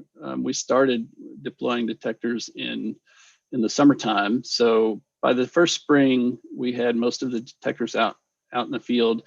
This is actually a time period when our detections are fairly restricted in space across the island, mostly occurring up in the northern Kavailuwas, the North Shore, and the Waianae Range, with very few detections being picked up across other parts of the island. And again, this is year 1 on the left, year 2 on the upper right, and year 3 in the lower right. So there's a lot of consistency in terms of this distribution across time, within seasons across time.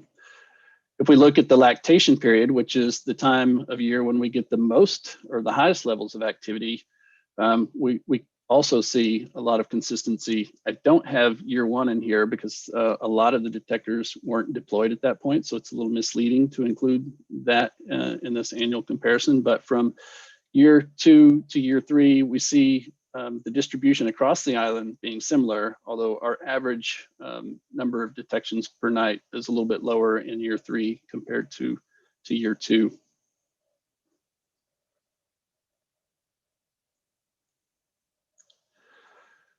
And looking at the proportion of nights with detection, so this is how often do we get a bat call at a particular site. Again, we see a lot of sites with very low proportion of nights with activity, a range up to about 44%, which actually corresponds nicely with what Matt and others presented earlier at UCOA.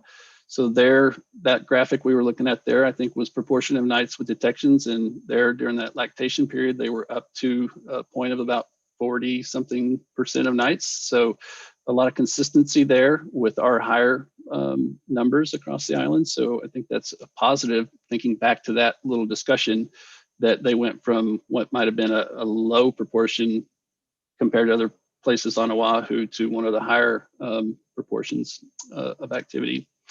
But again, we see a mean of 0.06 and a median of 0.02. So those are much closer together here as we see a more broad distribution across sites.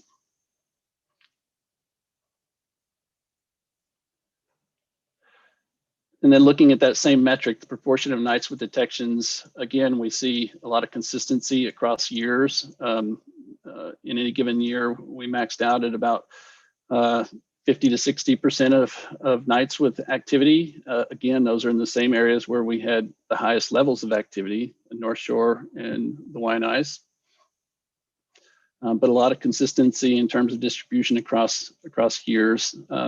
Year 3, it does seem like we had a little bit more activity in the Southeast, or at least more nights with activity. So, but generally, a lot of conversion here in terms of consistency over years. So if we look at the occupancy modeling piece a little bit, again, we had population, elevation, and tree cover included at this point into the modeling, which hopefully we'll expand on as we continue with these efforts. To account for the correlation among data, we subset the data at every 7 or 14 days, depending on season, to help account for that temporal correlation among detection nights. With the lactation season having the most data and having the greatest amount of correlation. So we're having to subset to every 14 days during the lactation period, whereas it's only 7 days during the other times of the year. As noted, because of that, we're using a multi-season correlated detection model. And the results of Leanne's initial analysis at this point modeled occupancy as a function of elevation, whereas detection was modeled as a function of breeding season. So a seasonal effect on detection and an elevational influence on occupancy. And if we look at kind of the initial outputs there, this is the estimates of occupancy and the 95% confidence bands on those across all seasons.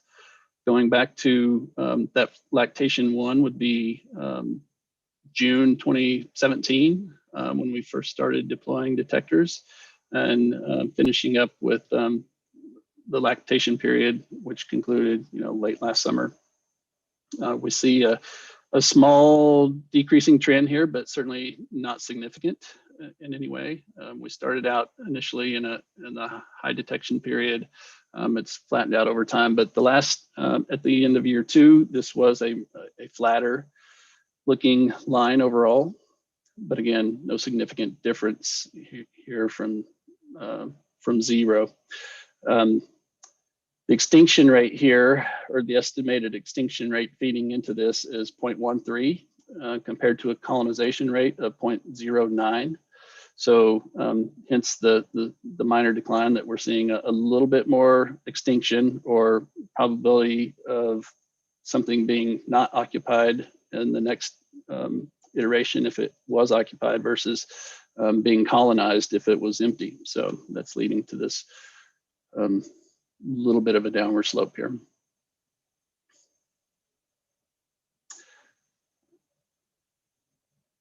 In terms of detection probabilities, so this is the probability that we actually get detection out there when accounting for imperfect detection. We see that this graphic looks almost identical to that produced after the second year analysis. So we continue to see detection rates being highest during the lactation period, very consistent with that other graph that we were talking about earlier.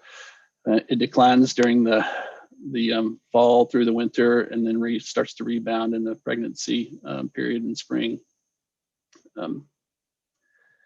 One thing to note with the occupancy and the detection probabilities, the lines and trends are not much different than they were last year, but there is some improved precision with those. So the more data we get, the better off we are in terms of the precision around those estimates.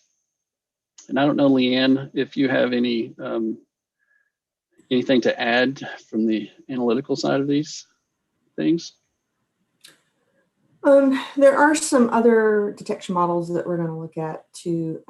We had a change of microphone. We were using U1s and changed to U2s. So now that we have another year of data with the U2 mics, we're going to look and see how that impacts the detection rate. If there are finer scale temporal patterns in the detection rate by month. And as always, we're open to suggestions too, especially as we get toward the end of the project and do a more in-depth modeling analysis. If anyone has other suggestions for covariates that we should be looking at for detection and occupancy, we're all ears for that. Thanks, Leanne. So I guess, you know, that it's pretty brief, but kind of initial look at what we've seen. And I think so far, the data are, I hate to just say more of the same, but they are showing similar trends and results that we've seen in the past. So I think added precision is great. You know, we're into the last year of the study, so we're working on finishing up the analysis for this year 3 effort, which is kind of this preliminary presentation here. So we'll be finishing that up and getting a annual report to the ESRC here over the next month-ish. Happy to follow up with folks, you know, as discussions about that as we have more in-depth analysis and presentation there. As a part of that, we'll continue to look at sample size, what's necessary, or consider that anyways in terms of our new estimates and what that would mean for an effort to monitor trend over time. Something I know has been talked about in the past. And as a part of that then is, you know, determining as we kind of wrap things up, I think our contract period ends the end of the year, as to how do we want to wrap this up and or, you know, find an avenue to extend it, to continue to look at that trend that we've started seeing over time, and what sort of a design would be allow for that and be cost effective. So a few next steps and future conversations to come on that front. And with that, you know, it's just some initial insights into what we saw, and happy for questions, discussion. Thanks, Joel. I'm going to just ask a follow-up question. It looks like it's great to see, first of all, the years 2 and 3 data that have the full annual cycle with all of the sites put out, and to be able to compare those across years. For years 2 and 3, it looks like you had a substantial decrease in detections. I understand that there's, you know, odd years that happen, but did you run any statistical tests on that? In the detection rate? Yes, so if you go back to your slide that shows the annual detections. Yeah. You're talking about either the next one. This one here. Go forward. One more. So not the range of detections, but the actual like number of detections. So that's the range of detections. Yeah. Next. The average, I think, is what I'm noticing. So right. Your average number of detections went down between years 2 and 3. I noticed that when you put those into your occupancy models, which are more of a site-specific kind of thing as far as, and taking into account some other additional factors, you only see a very slight decrease over time in occupancy, but this is a much more substantial decrease compared to the decrease in occupancy for detections. Can you just kind of talk about that? And did you run any statistics on this?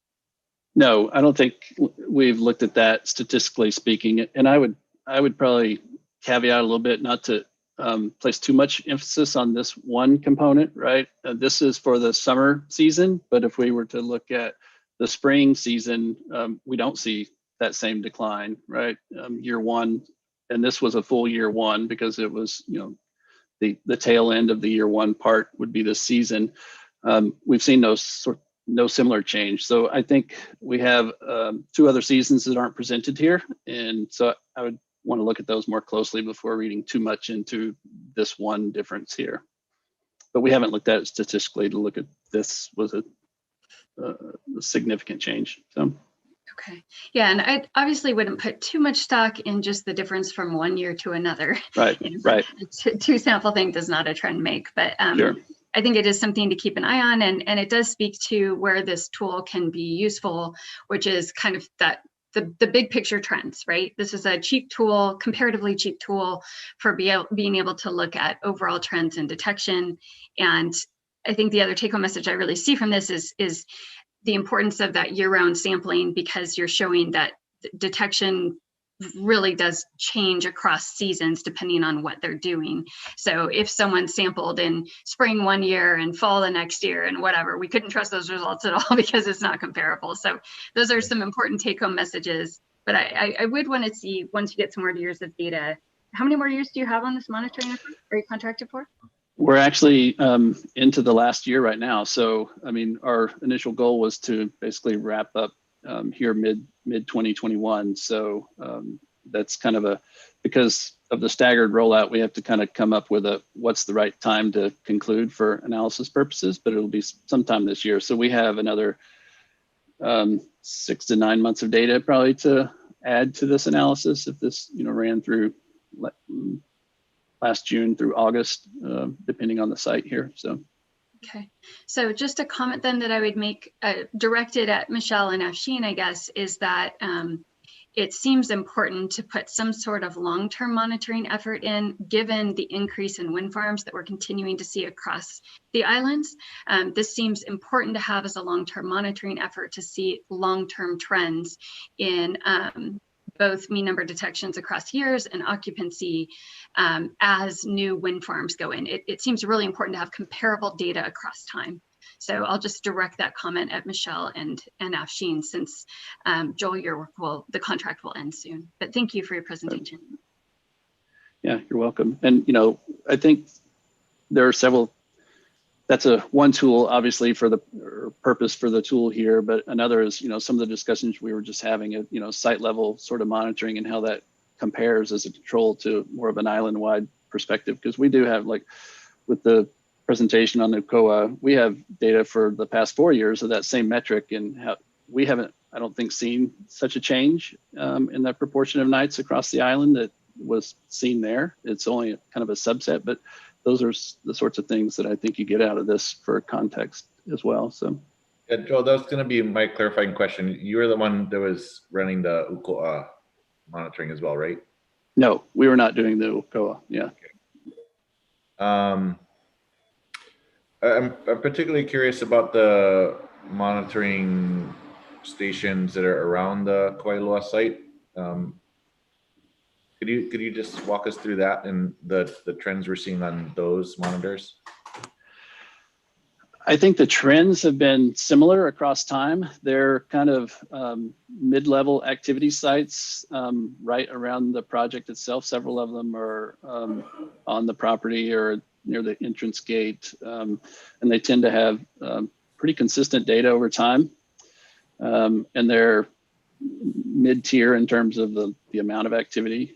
All those ones up there tend to show more activity than the southern part of the island for sure. But I don't have the site-specific details to walk through with you right now. But okay, thank you. I've got a question, Joel.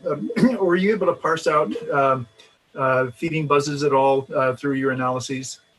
We have that data. I don't have it presented here, Jim. I've presented it each time before, but we haven't quite got that level of analysis done yet. So yeah, I'm just wondering if that might be sort of a segue into whether you can determine whether the use of that the area around that station is actually for foraging or for other purposes, whether that would help. And then a second question is we all recognize that there are limitations with the acoustic detections in terms of what it is, and I know that you had some discussion with Marcos and others about the possibility of trying to incorporate thermal imaging in some of the sites just as a calibration thing and so forth. Do you think that would change any of the things, any of your trends that you're seeing, or would it possibly just fill in maybe some of the blank ones with the low values?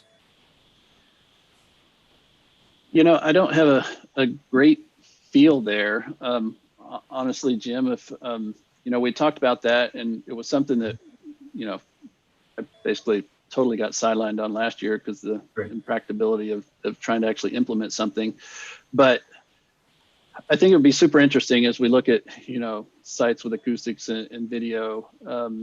I'm not sure what the level of activity, right? It's one thing we're trying to parse out here is the change in detection rate over season actually a change in distribution, or is it just a change in, focal activity? And without doing that, I think we can't really address that very well. I don't know how to answer that question without having some sort of visual assessment of it. And it could be just a small subset of them to see how that changes, the comparison changes over time.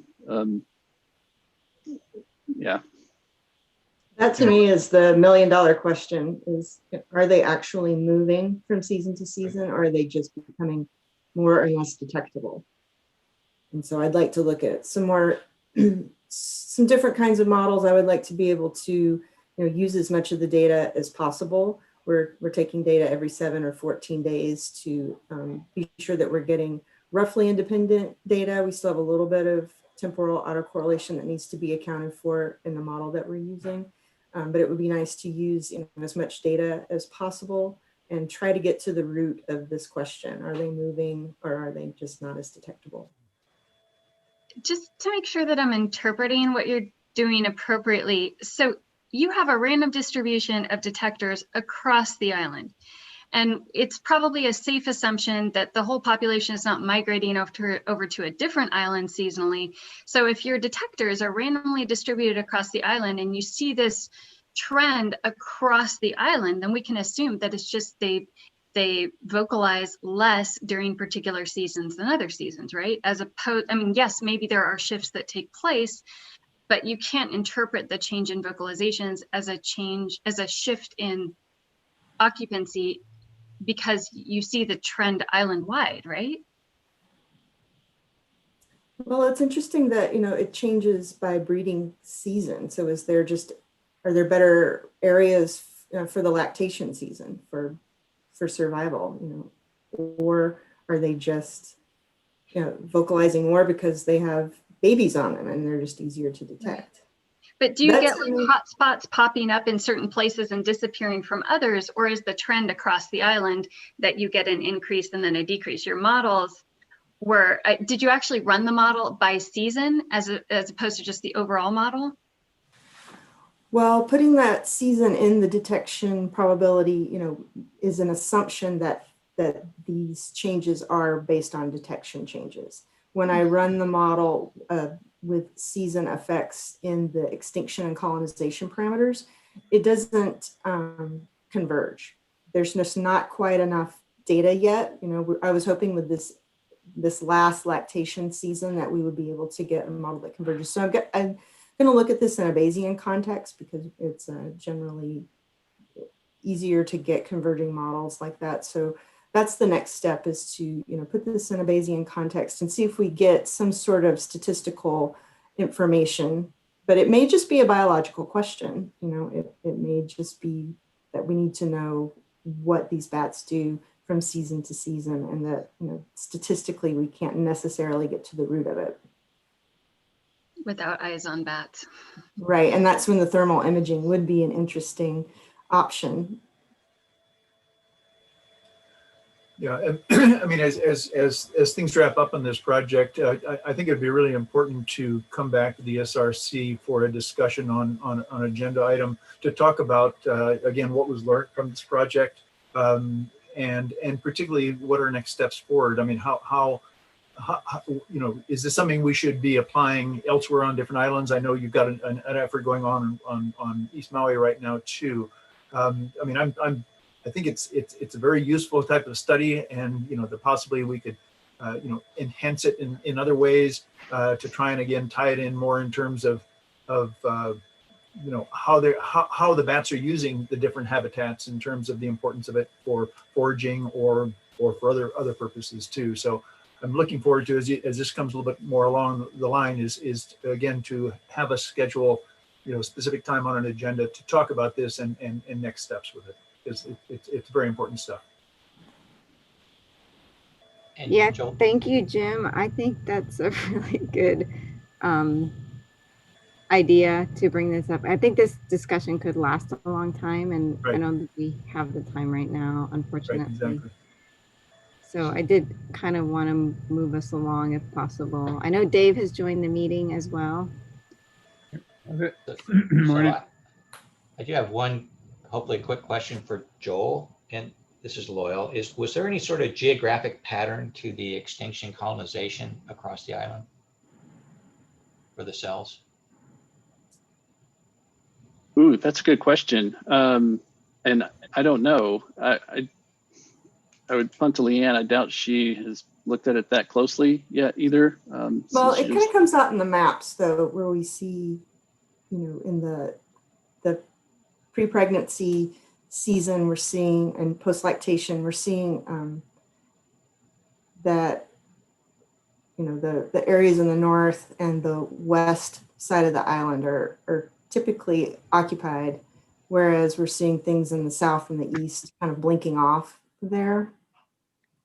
Yeah, and I can't pick that up at the size of the maps that are on the screen. So I was hoping you had some sort of like statistical or, a number you could compare across the geographic area, not necessarily by season, but on an annual basis. Well, it's an interesting idea to consider that, like just in quadrats of the island, and see if we're seeing some differences just spatially like that. So I'll look into that. Thank you. Before we move away from this, as Matt Stelmach, I had a question for Michelle Bogardus. The Hawaiian Hoary Bat Recovery Plan identifies stable to increasing populations on Hawaii, Maui, and Kauai, but doesn't include Oahu. And I'm wondering where you see this data applying towards recovery. Thanks, Matt. And that is something that we've looked at. It's at the time that the Hawaiian Hoary Bat Recovery Plan was written, we actually didn't know that they occurred on the island of Oahu. And so it was not left out purposefully. It was left out by omission because we didn't have the information to indicate that they were here. Now that they're here, in theory, we should update the recovery plan, but because of the backlog of workload on all recovery plans, it is not high up there. We're hoping the Hawaiian Hoary Bat updated 5-year review and additional documents will help supplement the recovery plan and address the importance of Oahu population. Okay, thanks. And Joel, your Maui project is going to be similar and will be somewhat complementary in that you'll be able to look at what's going on in that area versus what's going on in Oahu as far as relative occupancy, right? Yeah, that one's basically come to a conclusion already. So we're working to try to keep that project moving forward a bit, and we'll touch more on that one tomorrow. So okay, thank you.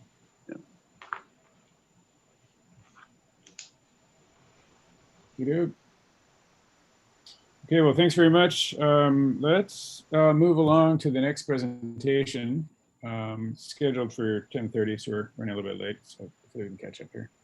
Can we take a quick break? Yeah, take a 5-minute break, and we'll come back at, looks like about 10:05 promptly. Thank you. Okay. My computer's frozen, so I've got to reboot. Oh, there you go. Perfect. Okay, thanks.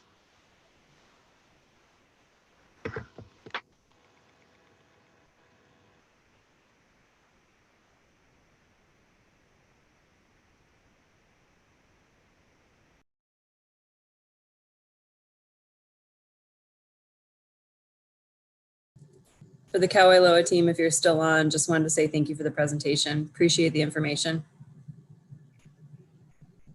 Thank you. Yeah, likewise. Good.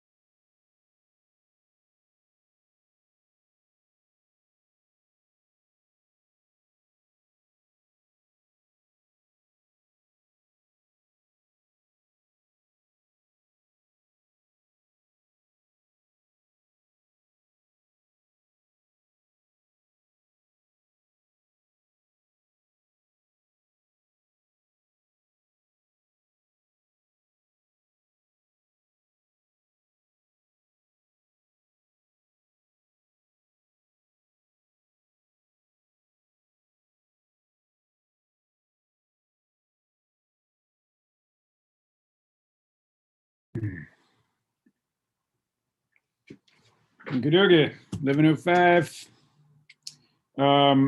Coy, you want to take it away? Sure.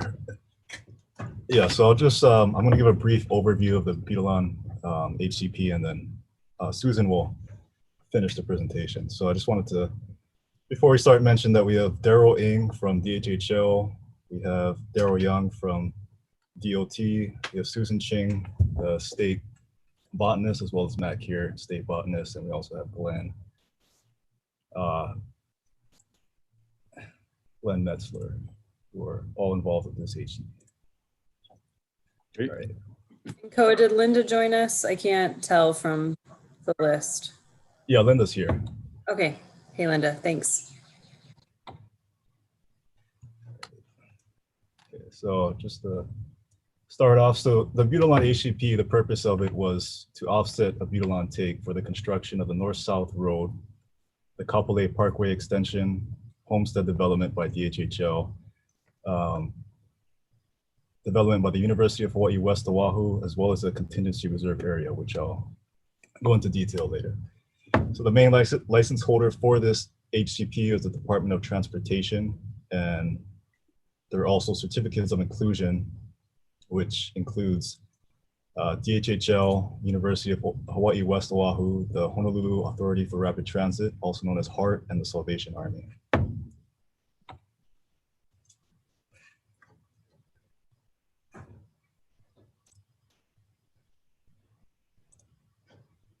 Okay, so where the HGP stands now. So this HGP expires on July 31st of this year, so there's 6 months left. As of right now, the success criteria has not been met, and that was determined in the April 25th meeting, ESRC meeting last year. So because that means that the contingency reserve area cannot be taken because this success criteria was not met. The CRA, or the contingency reserve area, is still considered unencumbered state land, and it's held by DLNR Land Division. It's an 18-acre plot with a Beetalon still present, and it was originally supposed to be transferred to DHHL, but it has not been yet. And DHHL is also interested in developing this year, Part A. So I'll just give the scenarios, and we can come back to this slide later. But so our options moving forward for scenario one. Koa, sorry, this is Susan. I can see that Jim is trying to get in, and he's been a really cool person on this project. I was wondering if you could let him in. Oh, sorry. Sorry.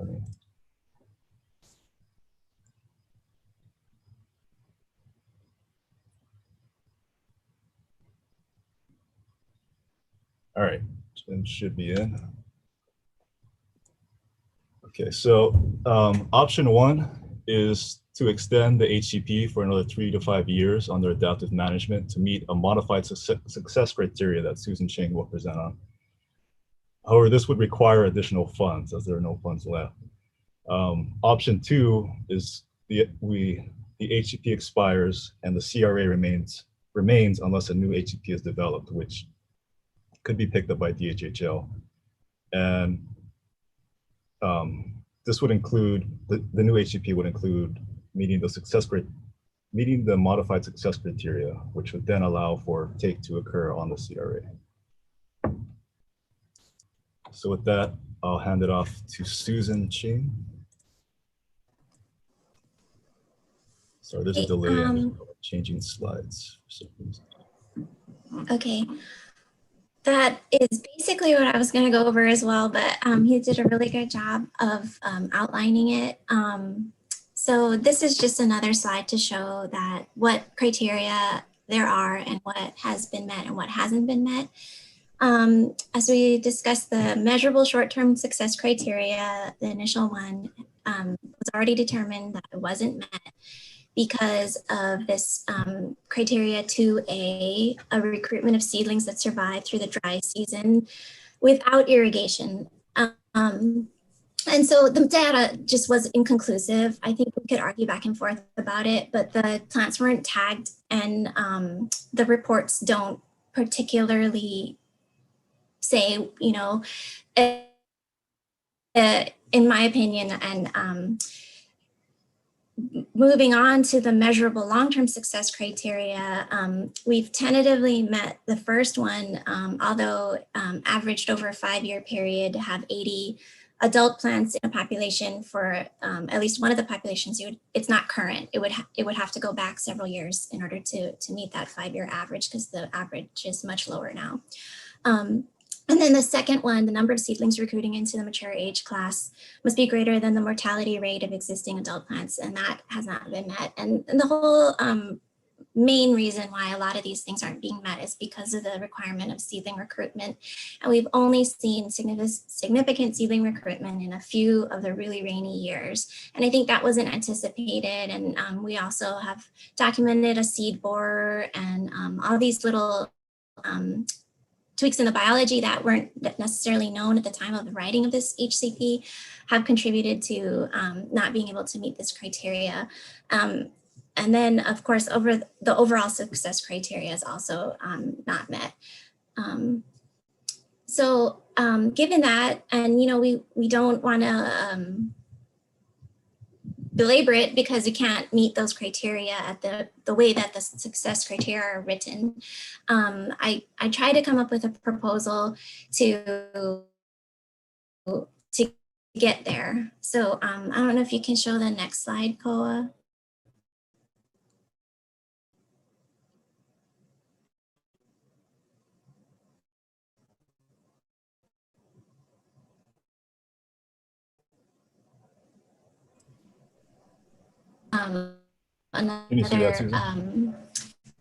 Another summary of what I just said. So one more thing is just that over the past year, without any funding, progress has been really minor because it's just folded into other projects that on. Maintenance, the CRA has not been visited or maintained, except for we did have several days of monitoring that I sent people out to get the data that we needed for the report that we produced this year. And then we planted around 50 plants at Kea'au. So I have a proposal, which I'm calling our path to success.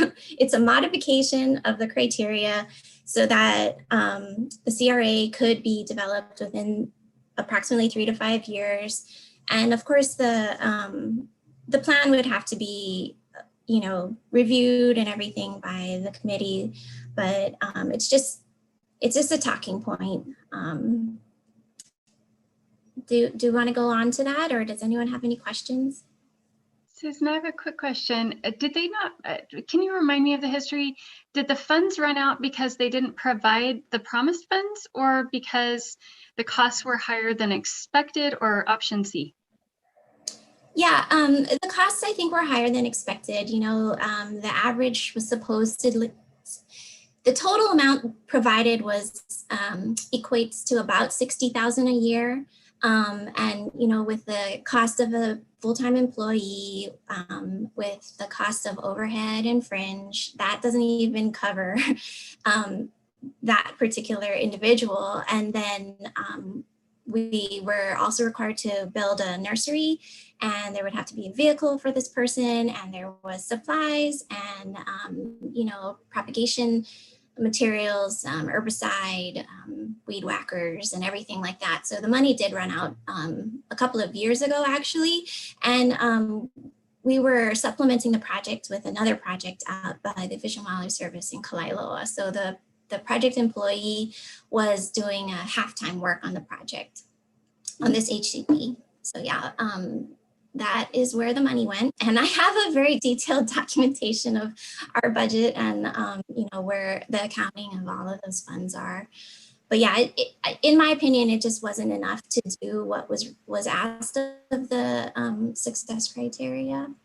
Okay, so it's just something to note for future HCPs that the costs for this kind of activity are substantially higher than what was provided in previous HCPs. And I know we still have a question in regards to what to do for the future, but just maybe a system understanding question. Is it that this site, it sounds like this site maybe doesn't get enough rainfall to result in enough reproductive output to actually recruit new individuals Am I understanding that correctly? Yeah, I think that the biology of the species was not quite known specifically to that degree, but there were several sites, that was tried at over 5 locations across the island in different amounts of rainfall. But, with the viability is pretty low compared to what we thought it was. I mean, they are high sea producers, but if a large percentage of them are getting bored out, then you don't have that much seed available. And then it's possible that whatever, it was like significant in 2009 and 2012, we had, over 100 seedlings at various locations. And I think that what we're looking at is possibly a high rainfall event, but also maybe like a low predation event on the seeds. We're not sure exactly what happened during those timeframes. And then the survivorship of, of over 100 seedlings was not well documented. And we didn't see a large percentage of them surviving into maturity. And there are some though, yeah. But you think it's not due to precipitation, you think it's due to all of these various pests and threats? It's probably both. Okay. Yeah, if I could just add a few things in terms of, getting back to that first question in terms of the funds and so forth. I mean, this is one of the first HCPs that the ESRC looked at and worked on. And it was a real challenge because, again, on one hand, it was a take of the entire population on the island that we knew of, with the exception of one plant. And the other one was just so many unknowns in terms of comparable habitat.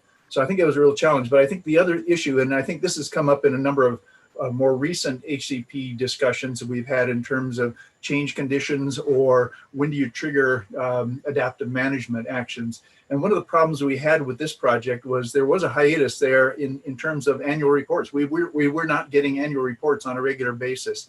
And that was sort of during the time that a lot of these things could have potentially been resolved or at least rethought.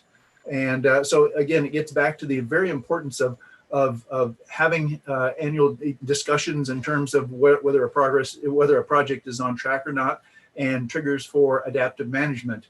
And that's a real key thing there, because this is again, it was sort of a learning step for all of us when we did this HCP, and so not everything was spelled out, I think, the same way we would do it now if we did it all over again. But it is really crucial that we do recognize that change circumstances come up, and those may be due to biological or other factors.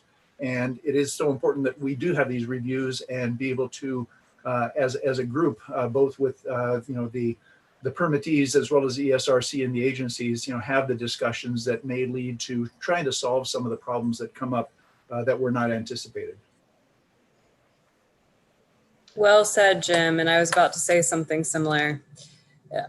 This project has a long history, and on the federal side, it's not an HCP. It was a biological opinion, which gives us relatively little / no leverage for going back into the success criteria of the HCP, or the BO.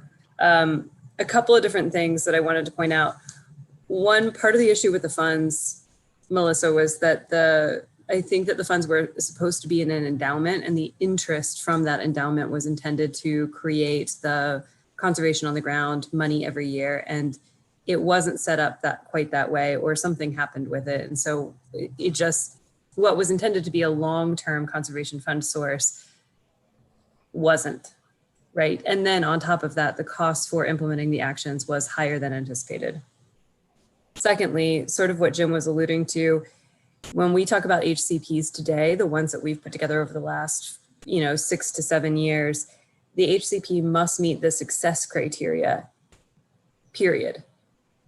And if it doesn't, it's adaptive management. But in this project, the criteria, there is success criteria written in the document, but there was a question about whether or not they had to meet the success criteria, or whether or not they had to meet the requirements of the project funding. And that, I remember last year we were going to refer back to Linda, and Linda was going to look at how the HCP wording affected how much leverage we had to continue the project because of the wording of the funding versus the being able to meet the success criteria. I'm paraphrasing, but I'm trying not to get ahead of myself. I kind of want to hear from Linda about what she says when she looks at this. I also want to point out that if we are talking about potentially amending the biological success criteria, then there may well be certain provisions related to either a minor amendment or a major amendment that would dictate the way in which that amendment of the success criteria may have to happen. And then Susan, one thought for you is just that it sounds like since the money ran out in December of 2019, you guys have been supplementing, doing some work between then and now. And I know even before the money ran out in 2019, you were spending at least some of your own funds and some of your own time to do some of this work. And we need to be careful that any of the work, any of the biological benefits associated with that funding and the work that you've done outside of the funding that was provided through the HCP, it can't contribute to the biological success criteria that we're talking about now. Okay, sorry, those are a few random disparate points from me. This is Loyal. I had a couple other things. As was just mentioned, I think the problem with the wording as to whether or not you could complete the HCP without necessarily having a viable population on the ground, as I can kind of remember looking at it. But I think also that the CRA actually was an occupied site, right, Jim? It wasn't a total take. It was an occupied site, that's correct, but with the proviso that when the criteria were met, that it would be taken. Right, but it was not taken. You know, so That's it is the only remaining original site. Exactly. Thank you. Oh, and Susan, I think you mentioned that there was a problem with seed viability. Was it seed viability or was it seed predation? I thought it was seed predation was the issue, not viability. Yeah, I meant that the predation affects the amount of seeds that can germinate. Okay. Thank you. Yeah, and the other real big issue obviously is weeds, and that's a real challenge. Susan, I got a question, if you don't mind. So just to clarify, I thought what I heard you say that one of the motivating factors for DOFA developing this path to success was to facilitate a development of this site. Did I hear you correctly? I guess I was asked how can we justify, sort of putting an end to this HCP, and if we just let it run out, I don't have any way to say like, okay, yeah, we met and any significant criteria, and I'm willing to allow the take of the CRA if we can fully document that we have done something, we have met some criteria. That's I guess why I was proposing a modification, or I mean, whatever you want to call it. I think that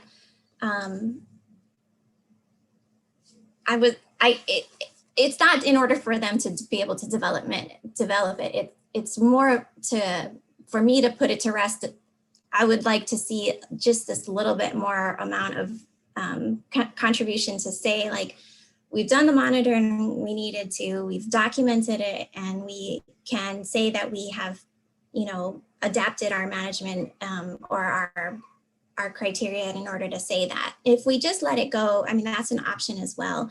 And I don't know, I leave it up to you guys to say, like, the HCP is over, the take license is POW. What is going to happen after that? We still have this parcel of land that has wild individuals on it, that is in the middle of the developed area, that after. That's where we're at. So if we want to have a discussion, that might precede whatever the proposal,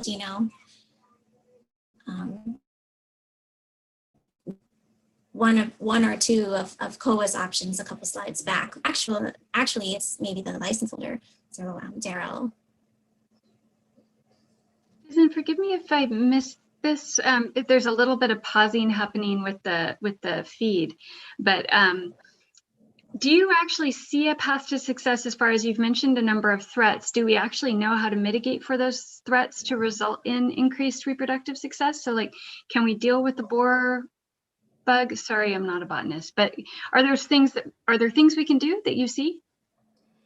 Well, I think that for me, focusing on how many mature plants are in the ground long term, I think that that's a way that we can get enough input into the soil seed bank to try to get some seedlings to germinate on a good year. I don't have a way to mitigate for the seed borer unless we apply, insecticides, which would be a long-term thing, I would like to try it for sure in a local scale, but that hasn't been done. Yeah, I think the requirement should maybe have higher numbers of mature individuals and different ways to measure the long-term persistence of a population, because it is difficult to track the seedlings and it might not be, I guess, feasible in order to, wait that another 8 to 10 years when we have a really good rainfall and be checking every seedling that pops up and following it to maturity. I don't think that this project or my other funds have any ability to do that at this point. I think there is a flaw in the strategy in that basically the approach was to plant a lot of butylon plants in close proximity into sort of a monoculture kind of a situation and hope it would work. It doesn't seem like that is how it is normally found in a wild situation, even though this is a different kind of a wild because you've got all the invasive species that are in that context too. And I think the real challenge comes into it's not just simply. I mean, I think there are seeds that are coming out. The trouble is when the seeds germinate, they get over swamped by the grasses and other invasive species that are competing with, the site. And I think the challenge really is how to come up with a structure to the community that would allow for those natural openings, and but at the same time also exclude, yes, to a certain level the invasive plants that are competing with them.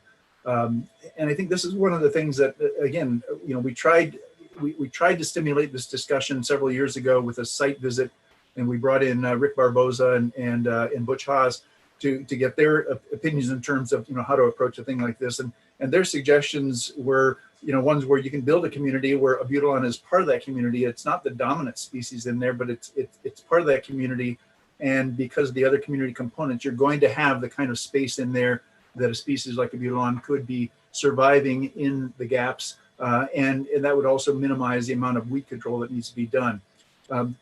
Again, I think there are options in terms of ways that we can actually meet the success criteria, not only in the CRA but in other areas too. But it's gonna take a revamp of the strategy.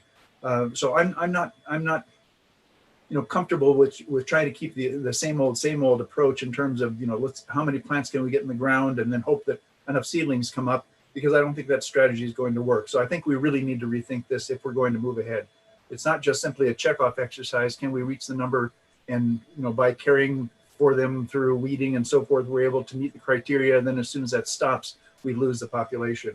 I think we need to, the intent was to have something which is self-sustaining and or at least with minimal maintenance, and I don't think we're even close to that at this point. Yeah, so I agree with you, Jim. The couple of sites that were added and the latter part of this project, I think are towards those goals, is putting them in part of the dry forest community and not just finding spots that can house 80 to 120 Abutilon. That could be a good criteria to add to, to whatever proposal comes about. This was just sort of like quick and dirty, and I fully take any suggestions, but I think the main point is that any proposal of modified goals to me has to come with funding, because I don't have any money to do this. Right. And I have 100 other species that I could spend our money on. I'm not here to just provide a way for the parcel to be developed. What I need is money in order to get any of this type of goals accomplished. Yeah. But I do see that the plants that have been incorporated into dry forest restoration projects are successful without irrigation, and they're doing well. So they're hardy, they're reproducing.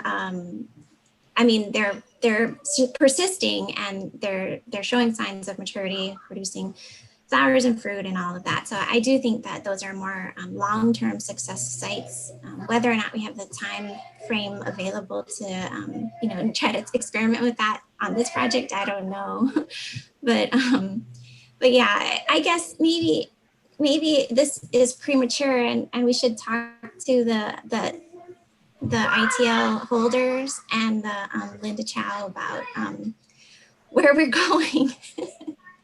Yeah, I think that's a challenge, because I mean, it seems like, this is a DOFA project, and are you trying to solve the problem, or where do the ITL permit holders stand in this whole thing? So I think that and it looks like we've got several people here representing at least two of the agencies who are also involved in this. So I think that that's going to be a very fruitful discussion.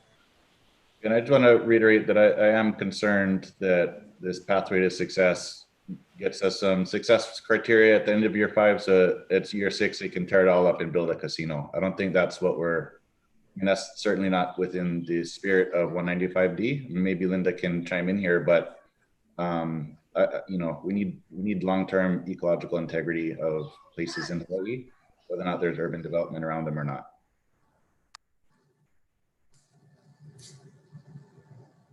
Yeah, my comment was just going to be that I'd like to hear from Linda about her read of the HCP criteria and what that means for the permit holder. And then it would be good to hear from HDOT on where we are with y'all and what you're thinking about this HCP.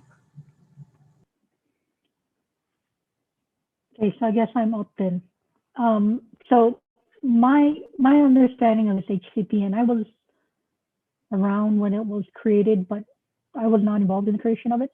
But this was the first state HCP that was created under the law. So it's been a learning process for everybody.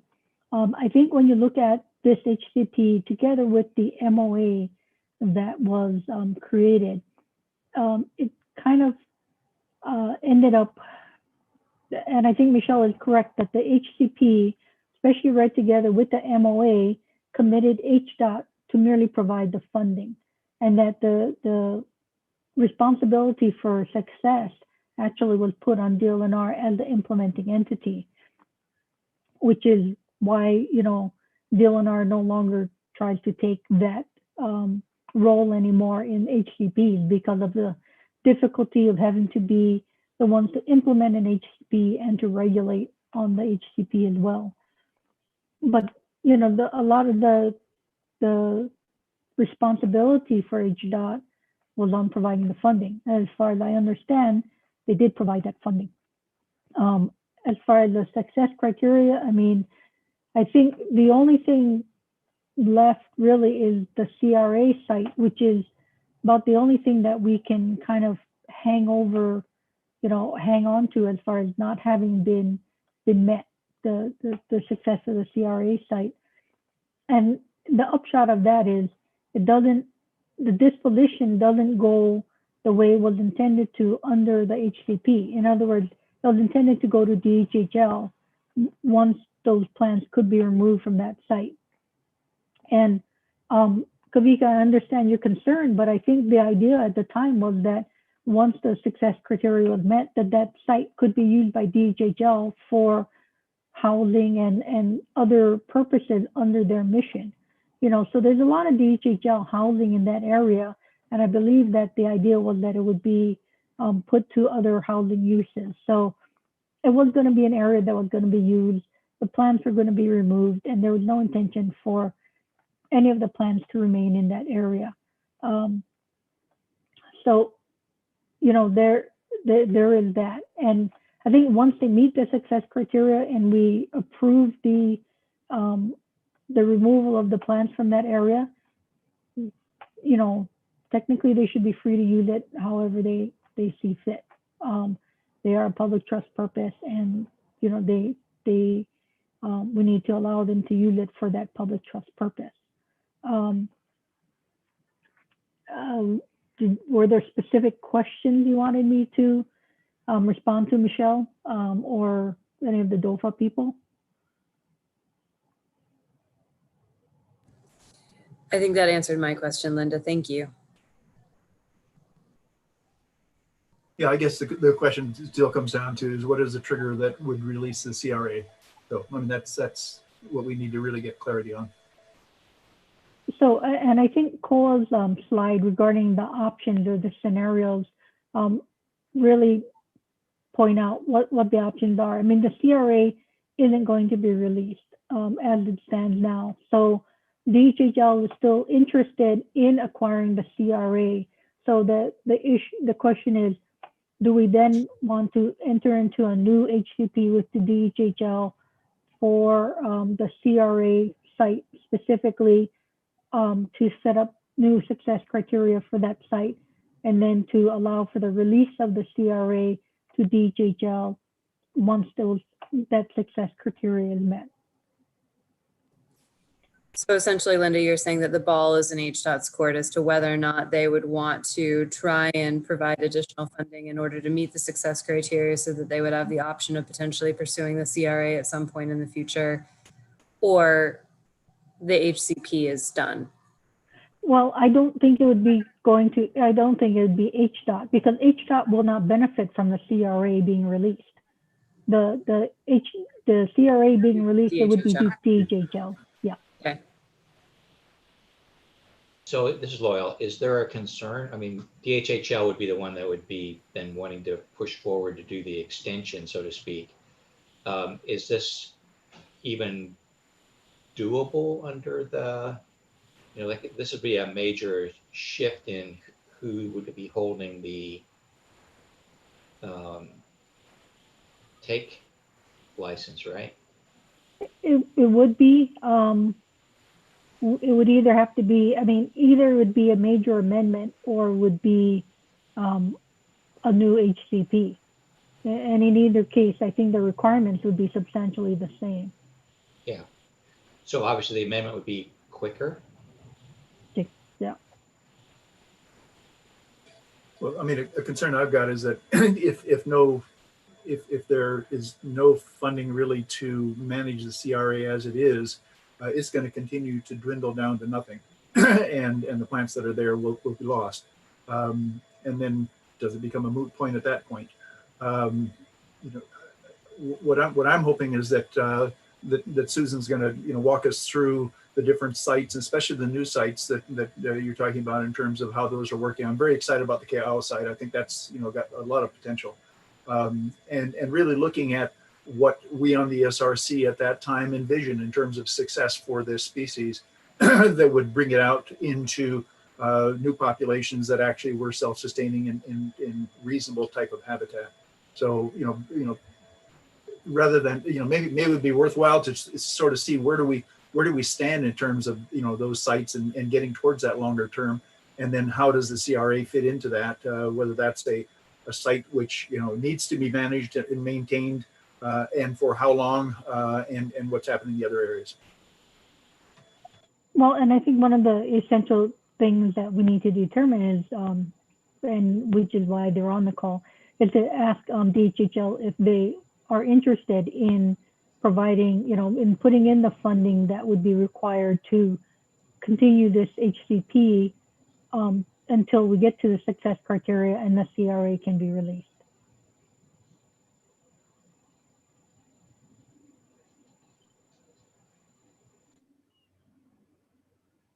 Yep, that makes sense. Do you Yeah, want to right now take we the- don't really have, oh, sorry, go ahead. No, we do have some from DHHL, Daryl Ng, if we want to have them speak now or after Susan's done. Susan, did you have any other slides? Were you going to present what the plan was, or? I mean, I could go into specifics, but I was just wondering what everyone's thoughts are, if they wanted to hear what, I mean, if nobody's interested in continuing the work, then maybe my slides aren't worth anything at this point, but yeah, maybe. Might be more detail than we need. So I guess maybe, yeah, maybe we could hear from Daryl what their level of interest is. Are they interested in pursuing being able to take that CRA site? Or do they even know at this point? Hi, yeah, this is Daryl. I guess the other consideration we have is that we do have other developments of our land. We've only put in roadways and house lots for a small portion of our 400 acres there. So we will have a continuing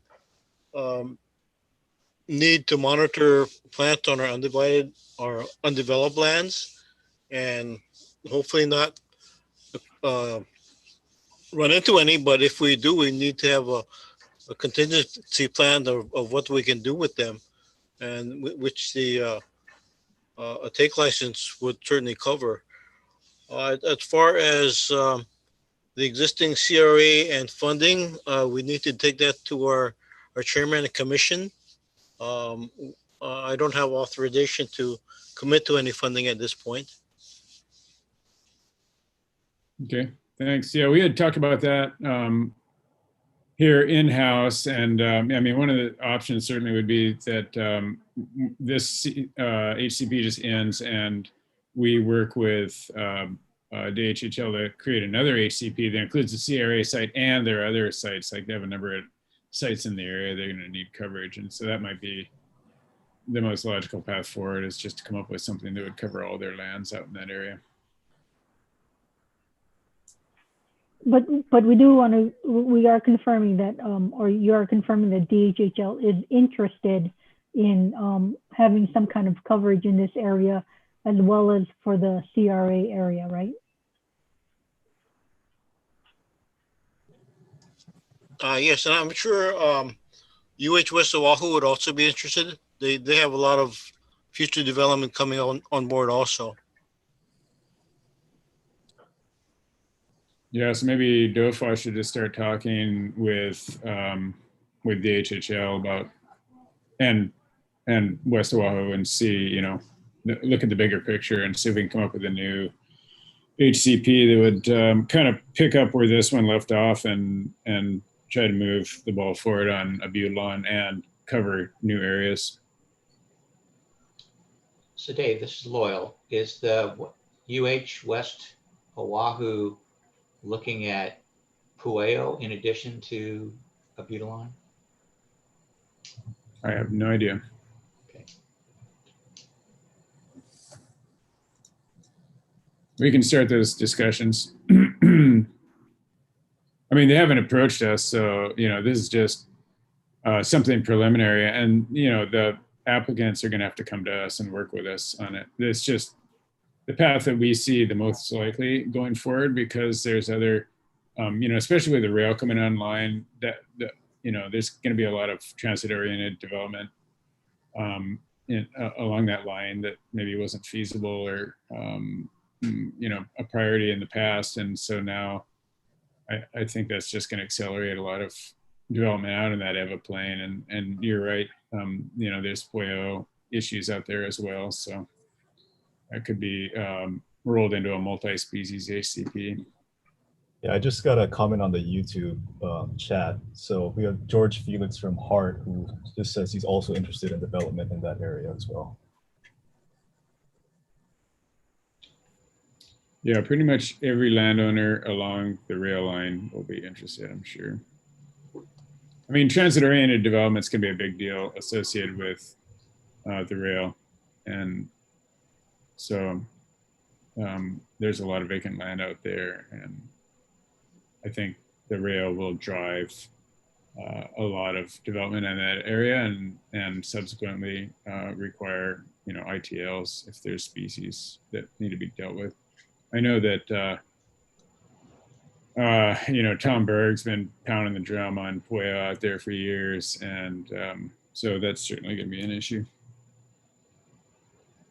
So Dave, what do you think is best for the plants in the CRA? Going with an amendment or going with a new HCP? I mean, it's, you know, 6 of one, half dozen of the other. The CRA is going to be addressed in either one of them. So if, you know, assuming that DHHL still has an interest in developing that parcel, so. Given the issues with the wording of this HCP, it may be cleaner just to have a whole new one, although that does end up likely with a gap in implementation. But there's a gap anyway. And there's gonna be a gap anyway, right? Yeah. Even under the most, already is a gap, right? And Susan's been filling it. No, So, gap yet because it doesn't expire till June 30th. But the money's gone. Yeah, money's gone. So I guess yeah, I mean, I think it would be nicer to go with a clean new HCP personally, given the issues with the current one, but I just wonder whether you lose the plants in the CRA in the process. Hopefully not, but that's going to happen either way. Or whatever's going to happen is going to happen in the meantime. And so hopefully we can get some sort of agreement. I mean, it would also be just some of these potential applicants benefit to try to, you know, maintain some of this stuff. So we'll be talking to the different folks involved and see if we can't get something going forward. We have a couple, one potential funding option that could provide a little bit of stopgap funding, and you know, we'll try to keep it going as we always do. We don't generally just walk away from things and let them go extinct. So, excuse me, if I might add, your DLNR land division is also looking at some development up at Farrington Highway, so they should probably also be involved. Yeah, it could be. Yeah, so you know what we can do is we can start these discussions with the different potential applicants, and we'll look at areas that different applicants might want to be included, and then we'll figure out an applicant pool and start the process of developing a new HCP. I agree that that'd probably be the cleaner thing, is just let this one expire and start a new one that would include expanded areas. You know, we've learned some things here. Susan has a pretty good idea. She's been, you know, trying to keep the flame alive here in terms of maintaining the plants and whatnot and monitoring. So I think she has a pretty good idea what would be necessary, has at least looked at it, you know, to get a short form proposal going forward. And so I think that, you know, with her expertise and our other botanical expertise in the division, we're able to advise and have a, you know, based on our experience to date with this butylon propagation work, that we could probably, you know, get a pretty good idea of what we would need to do going forward to be successful. And like you say, you know, I mean, one of the things that's really neglected across the state is dry forest ecosystems. You know, they, you know, to a non-botanist, they just look kind of scruffy. They're also usually a lot of the nice, dry, warm areas that are also attractive for development. And so part of our focus lately has been to start to identify some of those dry forest ecosystems and work on doing restoration work. A lot of them have been neglected and abused over the years and grazed and whatnot. Certain species just never really were adequately monitored, like pueo. And so a lot of areas have been developed that, there's tons of polio habitat that's probably been developed over the years with pretty much little or no mention. And so dry forest ecosystems definitely need a lot of work. And I think an ecosystem management approach to these dry areas is a better approach than a species specific approach. And so, all that's been mentioned already, but I think if we can develop a plan going forward and some refuge, dry forest refuge areas, that might help us out a lot with. Do you have a feeling for a timetable for that, Dave? I mean, are we talking, a year, a few months, 5 years? Oh no, I'd like to get something going in the next few months. We need to start having these discussions. We got the HCP expiring. If anybody wants to do anything, I think, a lot of these land holders are going to be interested in getting something going because, they probably want to have those approvals in place so they can proceed. They're not going to want to have a big unknown hanging over them if they have development plans and no path forward. Can we add an agenda item to our next ESRC meeting that would be an update in terms of where that's going, and just so we can have sort of a regular touch in terms of progress? Yep, we can do. Yeah, we can do. This is We'll have some more discussions. We'll talk in-house and reach out to some of the potential applicants, and we'll continue to look at this and see, between Susan and DOT, DHHL, and where we're at, and then, have some preliminary discussions on how people might want to move forward. Sounds good. And realizing the challenges we've had, I do want to recognize that, I appreciate Susan and DOFA for stepping up and filling the gap here. This is really important to do, and I think we are on the pathway to which is going to be much better. Yeah. How do we get? This is Daryl Young, DOT. I'm a bit confused on, how this is progressing. DOT is willing to consider extending the HCP, but obviously one of the major issues is the funding issue, because we have our own issues about funding overall. That being said, if I remember correctly, how this HCP is written, it allows for other, it allows other organization agency to do a take under the license, under HDOT license, but it also allows HDOT to I guess you say charge, or they contribute to the cost of the HCP. What was said earlier, like about 60,000 a year for 20 years, that's 1.2 million. That was HDOT contribution. But also, other agencies contribute approximately 250,000 to the HCP. If other developer wants to get allowed to be right on this HCP, they probably could provide funds for the operation. Like for what Susan was saying, I'm not certain how much additional funds she's saying is required, because I haven't seen any formal presentation until now. So that's the option.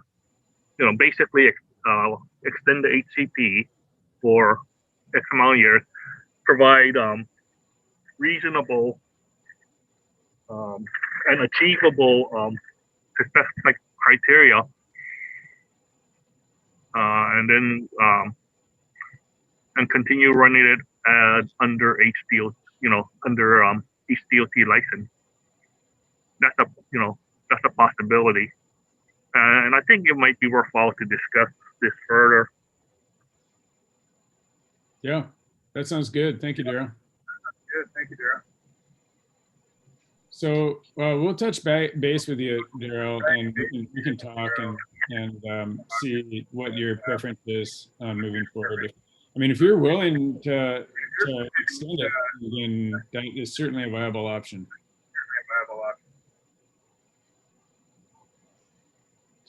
So Dave, this is Loyal. To kind of go back to your other option before Daryl gave us the interesting option of just, extending. So would you be looking, when you talk about an ecosystem approach or looking for dry forest, would that mean you'd be trying to then look at Abutilon, Euphorbia, or Chemisice, Acranthes as a group? Okay, somebody needs to mute there. I think somebody's got a YouTube on in the background or something. If they can mute, that'd be great. Yeah, I mean, let us work on it. Let us figure this out. Susan has an approach. We don't even know what we're going to do yet, whether we extend or, whatnot. I mean, that's just a bigger, more landscape scale approach. But for the meantime, let us work with the applicants and see what their preference is. And then we can come back with a update at the next meeting. How's that?